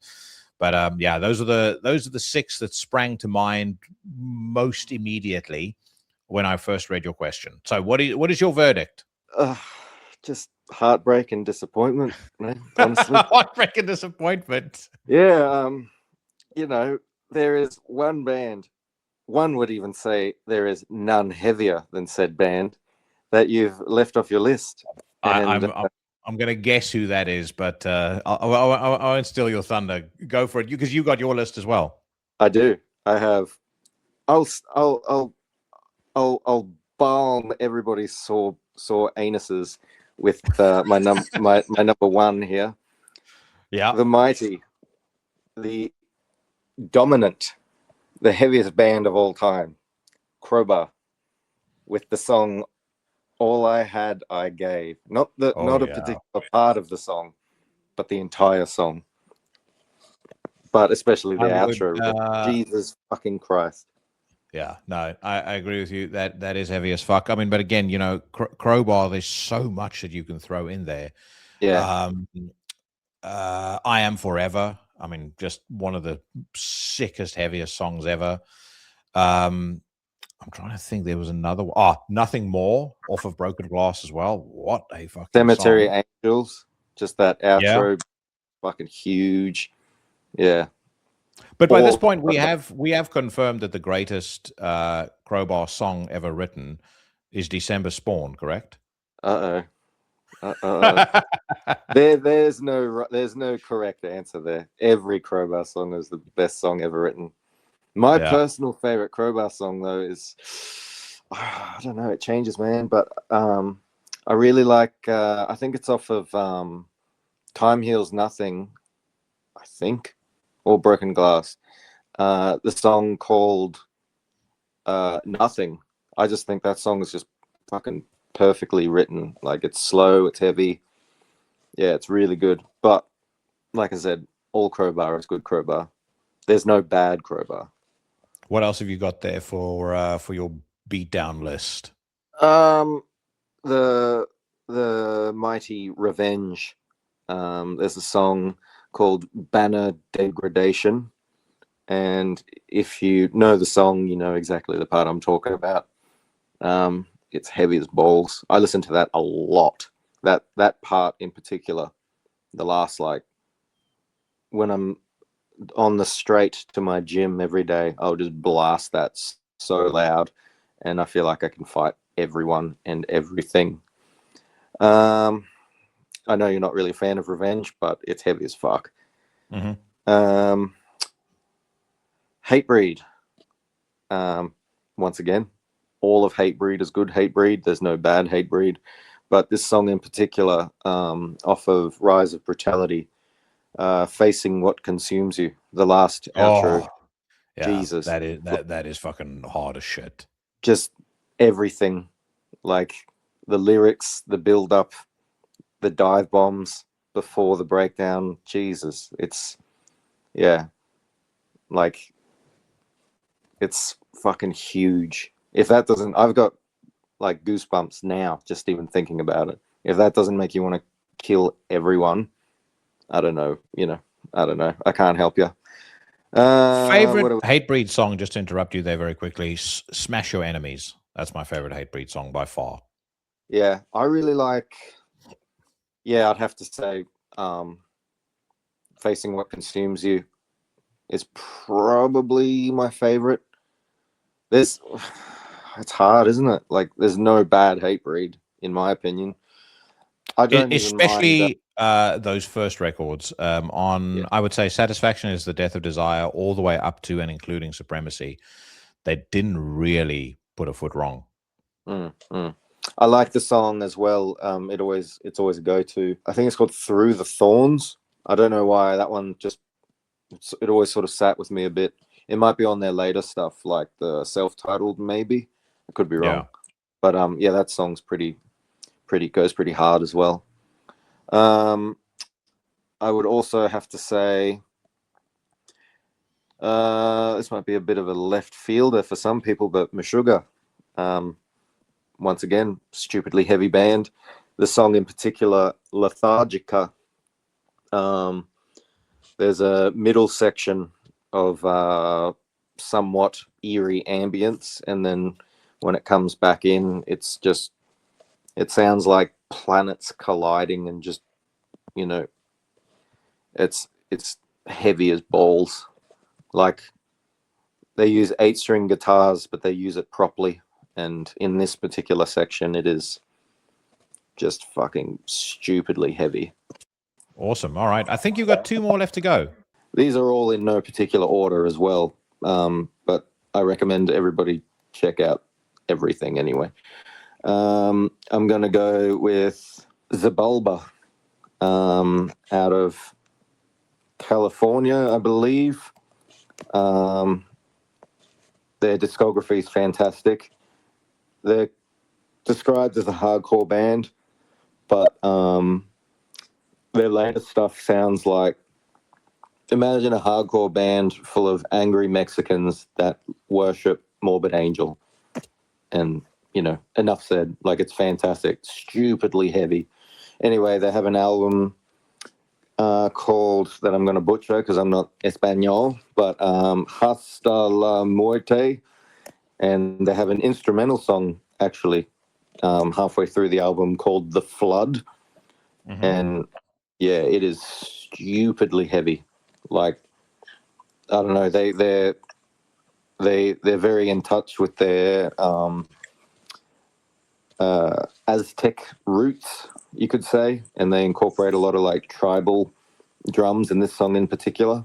But yeah, that whole album, their whole discography is just stupidly heavy. Just the guitar tone alone is, yeah, it's worth checking out for sure. And then my last one, I'm going to pick Recon off of the album Viper City, a old straight edge hardcore mosh band. Once again, guitar tone was insane for the time, and even today the guitar tone is crazy. But the song in particular is called Armageddon. The outro breakdown is not small. Yeah. Really good band. I still listen to Viper City to this day. They did one or two like EPs afterwards, and they're not worth checking out personally. But yeah, that album still stands pretty hard. If you're a fan of like Acacia Strain, like old Acacia Strain, or like even like old Bury a Dead or something like that, you'll probably be into it if you haven't listened to it before. But yeah, really stupidly heavy. Dude, you just reminded me of one of the fucking heaviest breakdowns ever, and I can't believe I forgot it. The Acacia Strain track, The Mouth of the River, the part where he goes, they found their bodies at the mouth of the river, and then it's just like absolute fucking violence from that point forth in the song. Genius. Yeah, that song's sick. That album's cool too. I think they've got a song and it's got Kirk Winstein on it as a guest vocalist. But yeah, they do. That whole album is fucking magnificent. I want to play you something. What's it called? Doomblade or something? Yeah. Yeah, I think it's Doomblade. I want to play you something else that I think you're going to believe is magnificent. And I'm surprised this is not getting more attention, because this is basically a black metal supergroup for all intents and purposes.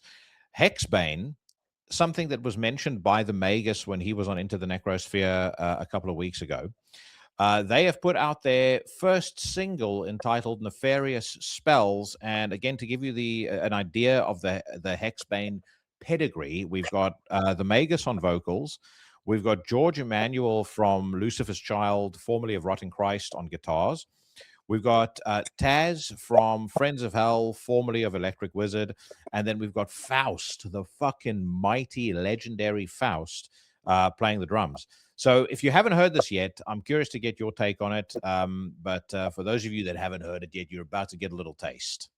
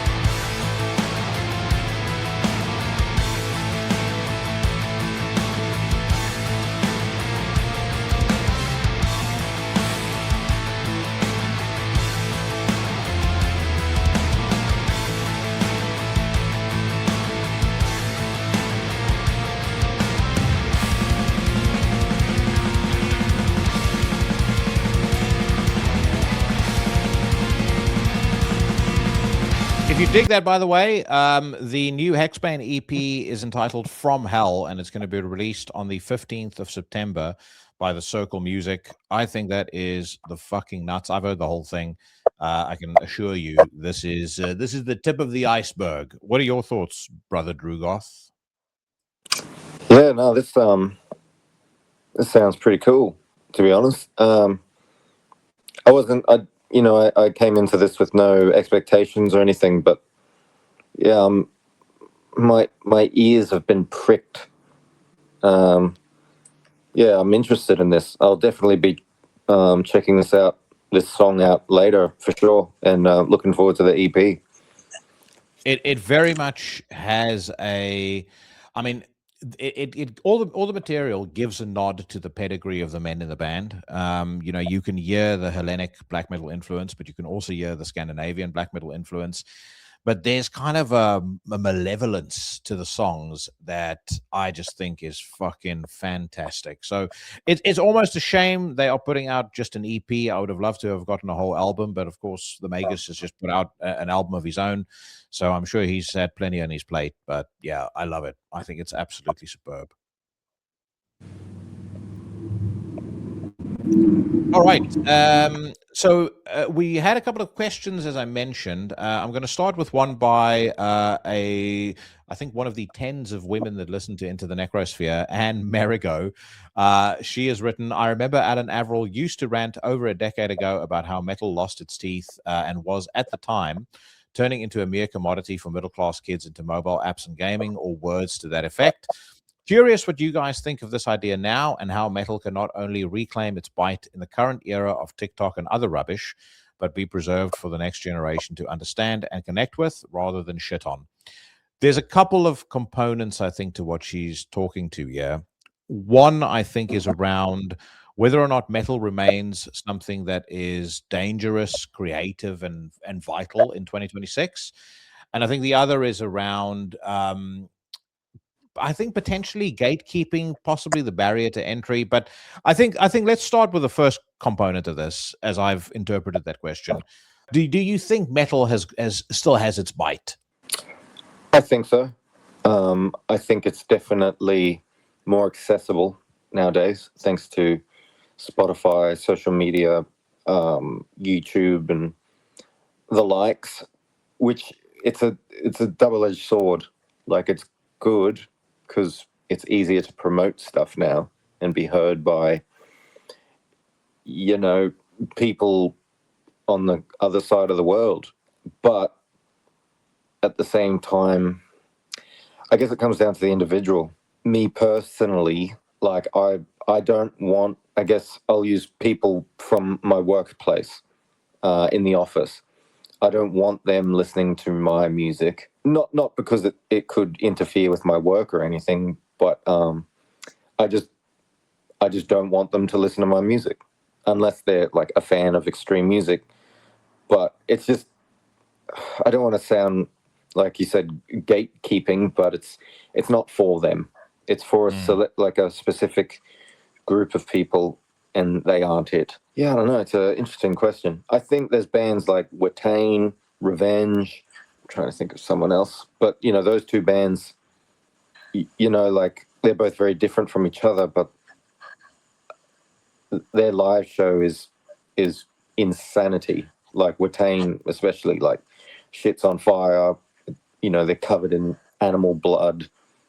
It's a complete sensory overload of atmosphere. On the other end, there's like Amon Amarth playing huge festivals with all those dorks doing rowboats in the middle. So I don't know, each to their own, but there's always going to be the underground element to I guess extreme music, but there's always going to be people trying to I don't know, see it as a cash cow and I don't know, just jump on board, but each to their own.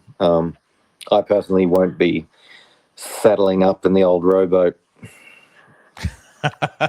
Well, look, I think I've said this on the podcast for years now, and I know you've been listening to the show for a while, so you'll recall me mentioning this. I said probably all the way back to 2021, the metal scene will just continue to fragment and organize itself into microcosms, sub-scenes, whatever you want to call it. I feel like if you look at the quality of music coming out at the moment, to suggest that there's a lack of creativity in the scene is just outright wrong. I don't care what your frame of reference is. I don't care if you want every single record to sound like the first Deicide album, but you are just absolutely incorrect to say that there's no longer any good music coming out. It's why I have railed against the likes of Nurgle and Tom Fisher, you know, people that say that there's no more rebellion left in music. I don't know what the fuck you're listening to, but you simply are not trying hard enough to find good new music. And honestly, you don't even have to try that hard. If I look at my contenders list for the best of 2026, we are at the midpoint of the year, and there are already bands in there that you would have on any other year's best of list, and it would be, I mean, they would stand perfectly comfortably with the very best of that particular year. And I can go down the list: Mayhem, Immolation, Mesotheist, Aversio Humanitatis, Ultha, Faustian, Necrofire, Transylvania, Marlum, Duetzwanger, Archgoat. And now we're kind of at that second half of the year where normally the releases start to come in a little thicker and a little faster. There's been a couple of very good things that came out this weekend as well, including that new Flicked record. We listened to the single for that probably about 2 or 3 weeks ago. But yeah, there is no shortage of excellent music coming out in the scene right now.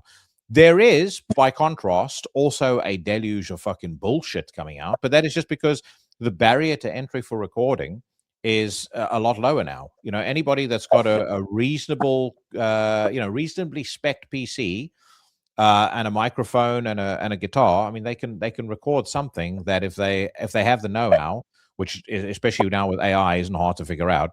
If they've got the know-how, they can record something that is halfway decent. But that doesn't take away from the fact that there's a lot of fucking good bands, and also, to your point, a lot of fucking good shows.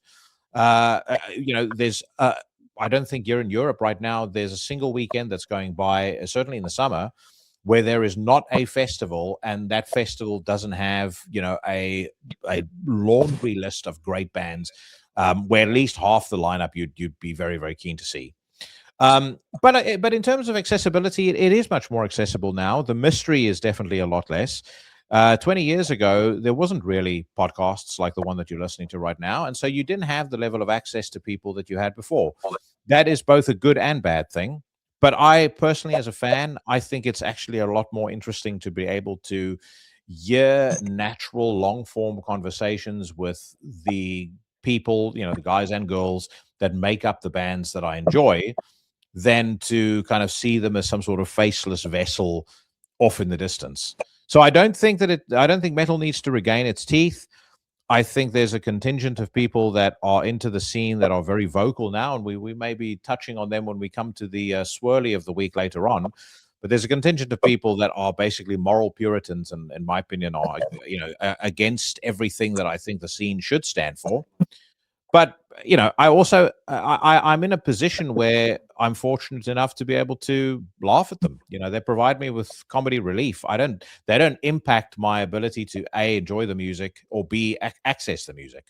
Okay, let's move on to some music again. A band out of Slovenia named Cvinger have put out or will be putting out their next long player in August. It says here, on August the 20th, 2026, Slovene black metal formation Cvinger will unleash their next full-length offering entitled Rites of Flesh.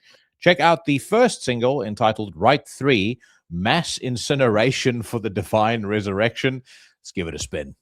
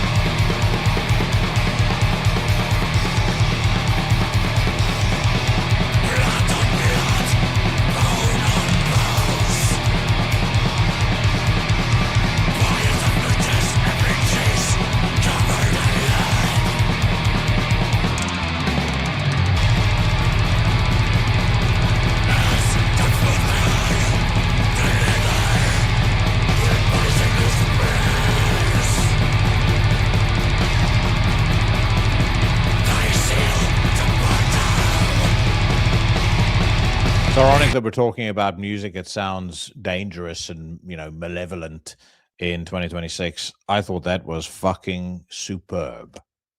Yeah, what the fuck? Like, this was pretty gnarly. Like, the artwork, everything. Yeah. Where are they from? Slovenia. Let me actually go on Metal Archives and just fact check myself. So yeah, Slovenia.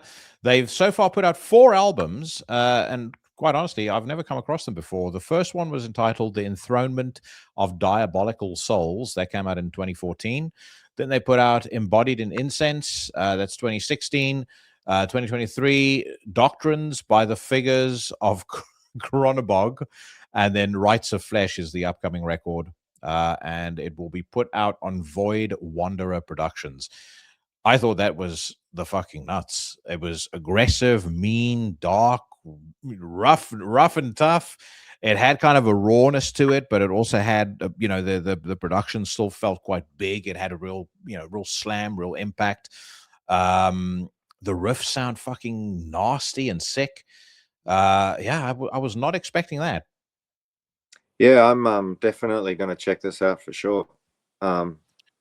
Like you said earlier, this year already there's been some killer releases, but what's this, August 20th? I'll be keeping an eye out for this one for sure.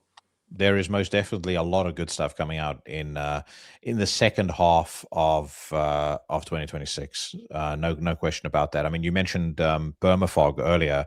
That new Permafog EP that came out last week. If anyone hasn't listened to that yet, fucking hell, do yourself a favor immediately. Yeah. Masterful stuff. Yeah, I was gurneying my driveway today just with that EP on repeat. Riff City. Holy fuck ball. Yeah, hopefully Death Horde gets this fucking show so I can see Permafog live, because that the first album is killer, but this EP has blown that album out of the water for sure. Yeah, no, I absolutely agree with you on that. A couple of more questions. Grind Your Mind 77. It wasn't a question so much as just a comment on the post that I put out yesterday saying you were going to be on the news rant. The Aussie Death Machine. What do you think of the new 100 Demons? And did you get round to listening to the Beast Milk album? It's a darker dream car. Lastly, that new Archgoat. It's like a hammer of hate to the cock. What do you think of the new 100 Demons album? And this is not the first time somebody has asked me about that, by the way. Man, I think that album is fucking sick. It is so good. It's on my, list for end of the year. It's production is sick. The riffs are sick. Lyrically, I think it's really, really good too. I feel like there's like 50 questions in this one question, but that's all right. Did you get round to listening to the new Beast Milk album? No.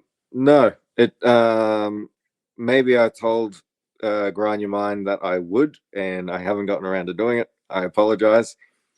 I could be wrong. It doesn't ring a bell is all. But yes, the new 100 Demons is top notch, and the new Archgoat is also just that one single is also fucking top notch. And what else did he ask? Something about a hammer to the cock. I don't advise. No, I think it was just a comment on the new Archgoat single, which I mean is masterful, as you've just said now. Yeah. But no, I haven't listened to, what was it? Beast Milk. The new Beast Milk. No, it's quite the name. But no, I haven't gotten around checking it out. I'll add that to the list. By the way, if anybody is new to the podcast and you don't yet know about intothenecrosphere.com, every week I have a playlist that goes up where I include songs that we featured on the Weekly News Rant, songs that I played over the course of the episode. I will, out of sheer benevolence, also include a track off the new Permafog, and we'll throw one in off the new 100 Demons as well, so that you can hear it if you've not gotten into it yet. Metal Sheck asked me a question, and I'd be curious to get your take on this as well. What are your favorite Finnish death metal bands? The scene, in my opinion, was one of the most innovative. Baptism, Finnish? I think so, yeah. Okay, well, Baptism is my favorite Finnish black metal band. There you go. Yeah, it's hard actually when it comes to Finnish death metal, because that's the Oh, question. death metal. Finnish Sorry. black metal, I can give you the list very, very easily. Impaled Nazarene and Horner are my two favorites. I would definitely say, Archgoat sits in there as well. More broadly, from a Finnish perspective, I really like Hooded Menace, Ride for Revenge, that the sheriff has been, really heavily pimping on this segment of the show. Gotten into them, really like that too. But Finnish death metal bands, I need to really think about it, because the first thing I associate, probably very incorrectly, with Finnish death metal is Amorphous, and obviously they're not anywhere near death metal anymore.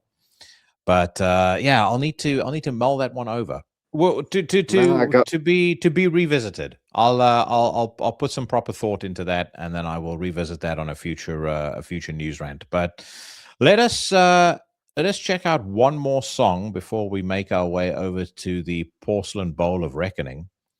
And there was something that my eyes caught that I wanted to check out. Necromonger unleash a new track entitled Bloody Picasso. So Bloody Picasso is the third advanced single from Necromonger's forthcoming debut full-length, Emanation of the Dying Perceptions, being put out on Extreme Music. Let's hear what it sounds like.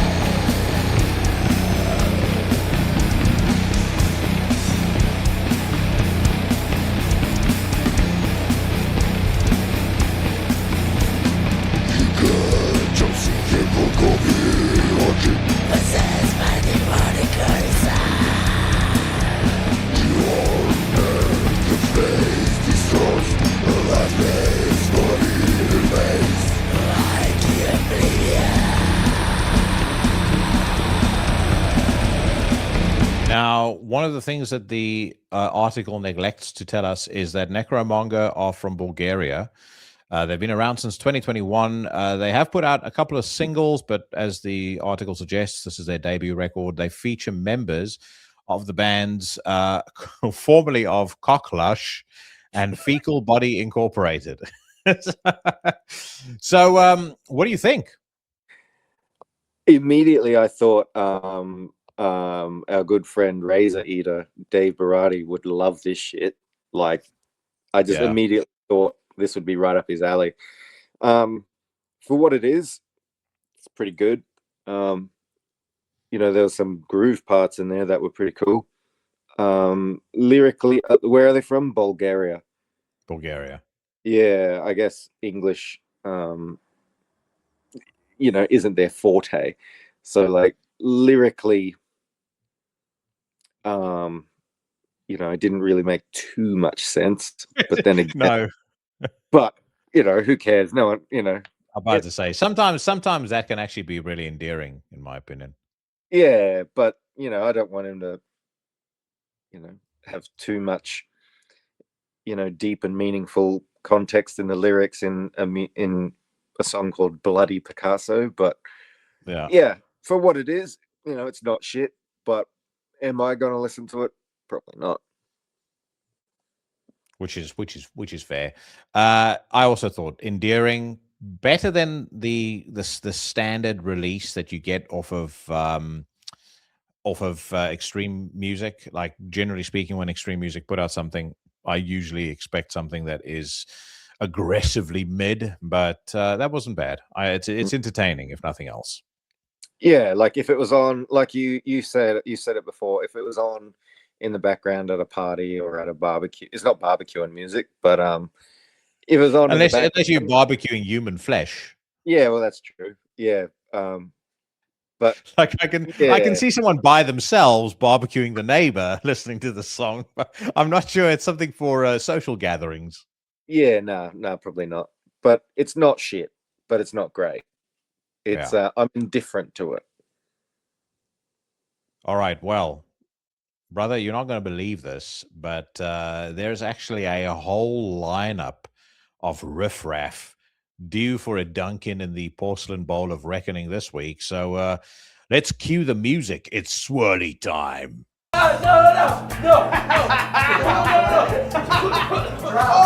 Oh, you like? As I said, we've got more than one that needs dunking this week, and we start off on the Territor Possessions Instagram page, where they posted earlier this week something that I thought was, it is both shameful and also somewhat amusing. They exposed an account called, and I would assume a company called Black Metal T-shirts. They described them here as shamelessly posing as a cute little small business and then arrogantly spamming support small business in their captions with the help of clowns like @DannyDangerously90. Obviously in bed with the guy running the whole operation. They're selling hundreds of designs from damn near every band in existence without ever contacting a single one of them. There's no words for how pathetic this is. Blocking every band that calls them out just proves they know exactly what they're doing and have zero shame. Basically a bunch of fucking black metal bootleggers that never got the memo that, I don't know, shock horror, there's not a huge amount of money in the black metal game. And they've decided that, whatever small sliver of the apple is left, they're going to take themselves a big old bite. Are you aware of this group, of this gaggle of nitwits? I've seen something. Must have been yesterday. I don't know. If I buy merchandise from a band, I'm going to buy it from the band. Is my first, preference. I'll wait for the show if I'm seeing them, and I'll buy it from them at the show, or usually Bandcamp because I know it's going straight to them. Hopefully, I don't know the ins and outs, or the label because I know that they're going to get a cut of it at least. But yeah, I don't know. Bootlegging black metal shirts, like you said, there's not much money in this little style of music that we've got. But no, like I don't condone it. No, I just don't care. Like for an example, Death Horde, we played a show a couple months ago, and it was an all ages one, and there were some kids, like they would have been 16 or something. They turned up to the show in Death Horde shirts, but they were different to the ones that we had on sale. They were like, they made them themselves. And I thought that was cool, instead of what the fuck, give me money for this. Blah, blah, blah. I would have jumped off the stage and beat them with my drumsticks. Well, honestly, we had like this big back banner thing, like a big flag. Yeah. And I was like, that's sick. Like they wanted our signatures and stuff, which was bit weird, but I wasn't a dick. I was like, yeah, sure, no worries. Like hopefully they go home, pick up a guitar and start writing some music or something. You know what I mean? But I gave them the flag, and yeah, I thought that was cool.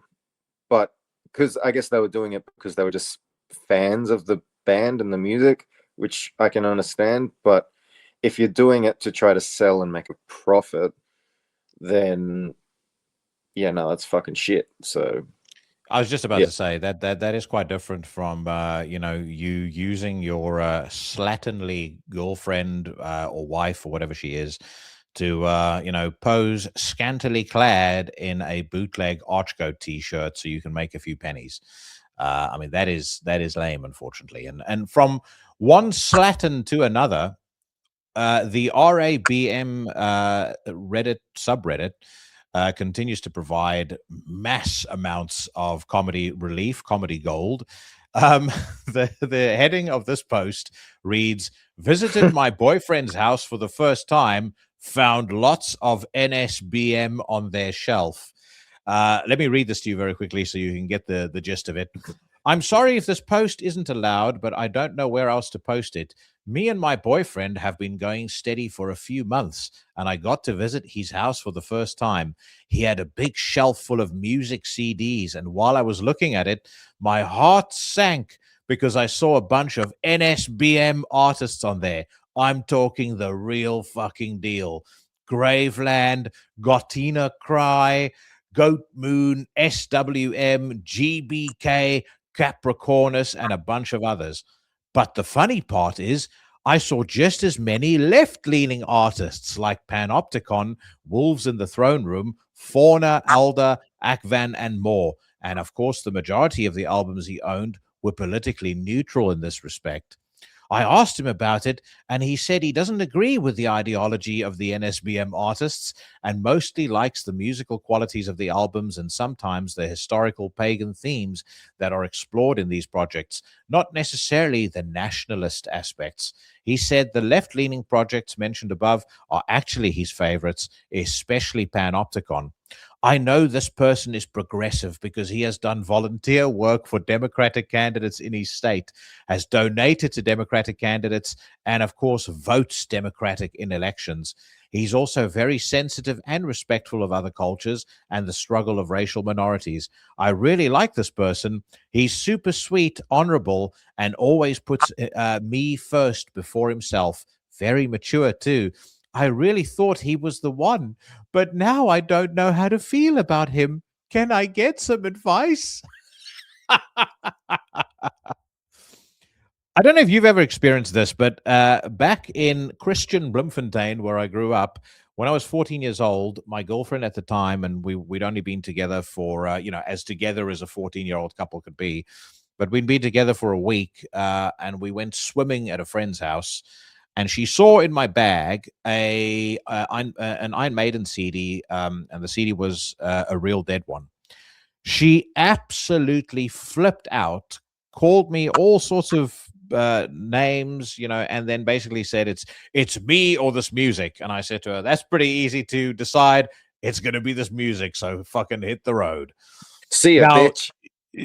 She did that from the vantage point of being a very, very devout, verging on fundamentalist Christian. And as I have posed this question many times with regards to the Puritans that masquerade in our scene, how is that post and the sentiment behind that post, how is that any different to some religious nutcase purity testing their boyfriend or their girlfriend because there's something about something they like that doesn't quite fit the orthodoxy? The first thing that came to mind was, is this gentleman she's talking about, is she just at Carl's house? Because I imagine this is what Carl CD rack. Carl, god damn it, you're on fucking Reddit again. I don't know. I've never had any dealings with this type of bullshit. I will definitely give it to the. I mean, I don't often credit the RABM Reddit community with anything, but I will say this: the majority of the comments on that, on that thread were actually relatively reasonable. There were some that were like, "I'd leave him immediately." Another person called him politically illiterate. So even though he votes for the party of their choosing, somehow he's politically illiterate because he listens to a bit of GBK. He listens to a bit of Goat Moon. But, it just strikes me as deliciously ironic that the very people you despise are the people that you become. And there is absolutely no question in my mind that if you were to attach a device that monitors brain patterns, brain waves, and you monitored the average lunatic communist, Puritan black metal fan, and then you monitored somebody that's like verging on being Fred Phelps from the Westboro Baptist Church, you're not going to find a huge amount of difference. The God, quote unquote, is different. The basic tenets of the religion read slightly differently, but the principle and the brainwashing and the fucking base level low IQ stupidity is exactly the fucking same. I just don't understand how people can let other people's opinions, whether it's music, art, politics, just ruin their life. You know what I mean? Like, I just don't care. You know what I mean? Like, I don't know. I'm sure I've said it before, but like, if, you and I would go out for dinner or something and you have a wine with dinner, like I don't drink and you do. That's it. Just, I don't give a fuck. I'm not going to have a meltdown over it. You know what I mean? Like, I just don't have that time to give a fuck about what CDs Carl has on his shelf. You know what I mean? Like, I don't know. It infuriates me that I'm almost envious that these people have this much spare time to kind of care about this sort of dumb shit. Well, care about it they do, and for being a person of questionable intellect and a commie, follower of Vine unfortunately has to join black metal t-shirts this week in stepping up to the Porcelain Bowl of Reckoning, taking a big old gulp as I stick their head down the toilet. And that, my friends, was the Swirly of the week. All right, we are done, my man. And despite some technical hitches, we got there in the end. I want to say thank you very, very much for your time. Thanks for having me, man. I look forward to having you back on again at some point very soon. Yeah, for sure. I'm still trying to figure out what that fuck up was. I'm just thinking... Hackers, mate. RABM aligned hackers trying to stop us, trying to prevent us from speaking our truth. So on that note, thank you very much. Thank you to everybody for checking out the podcast. Catch you again next week.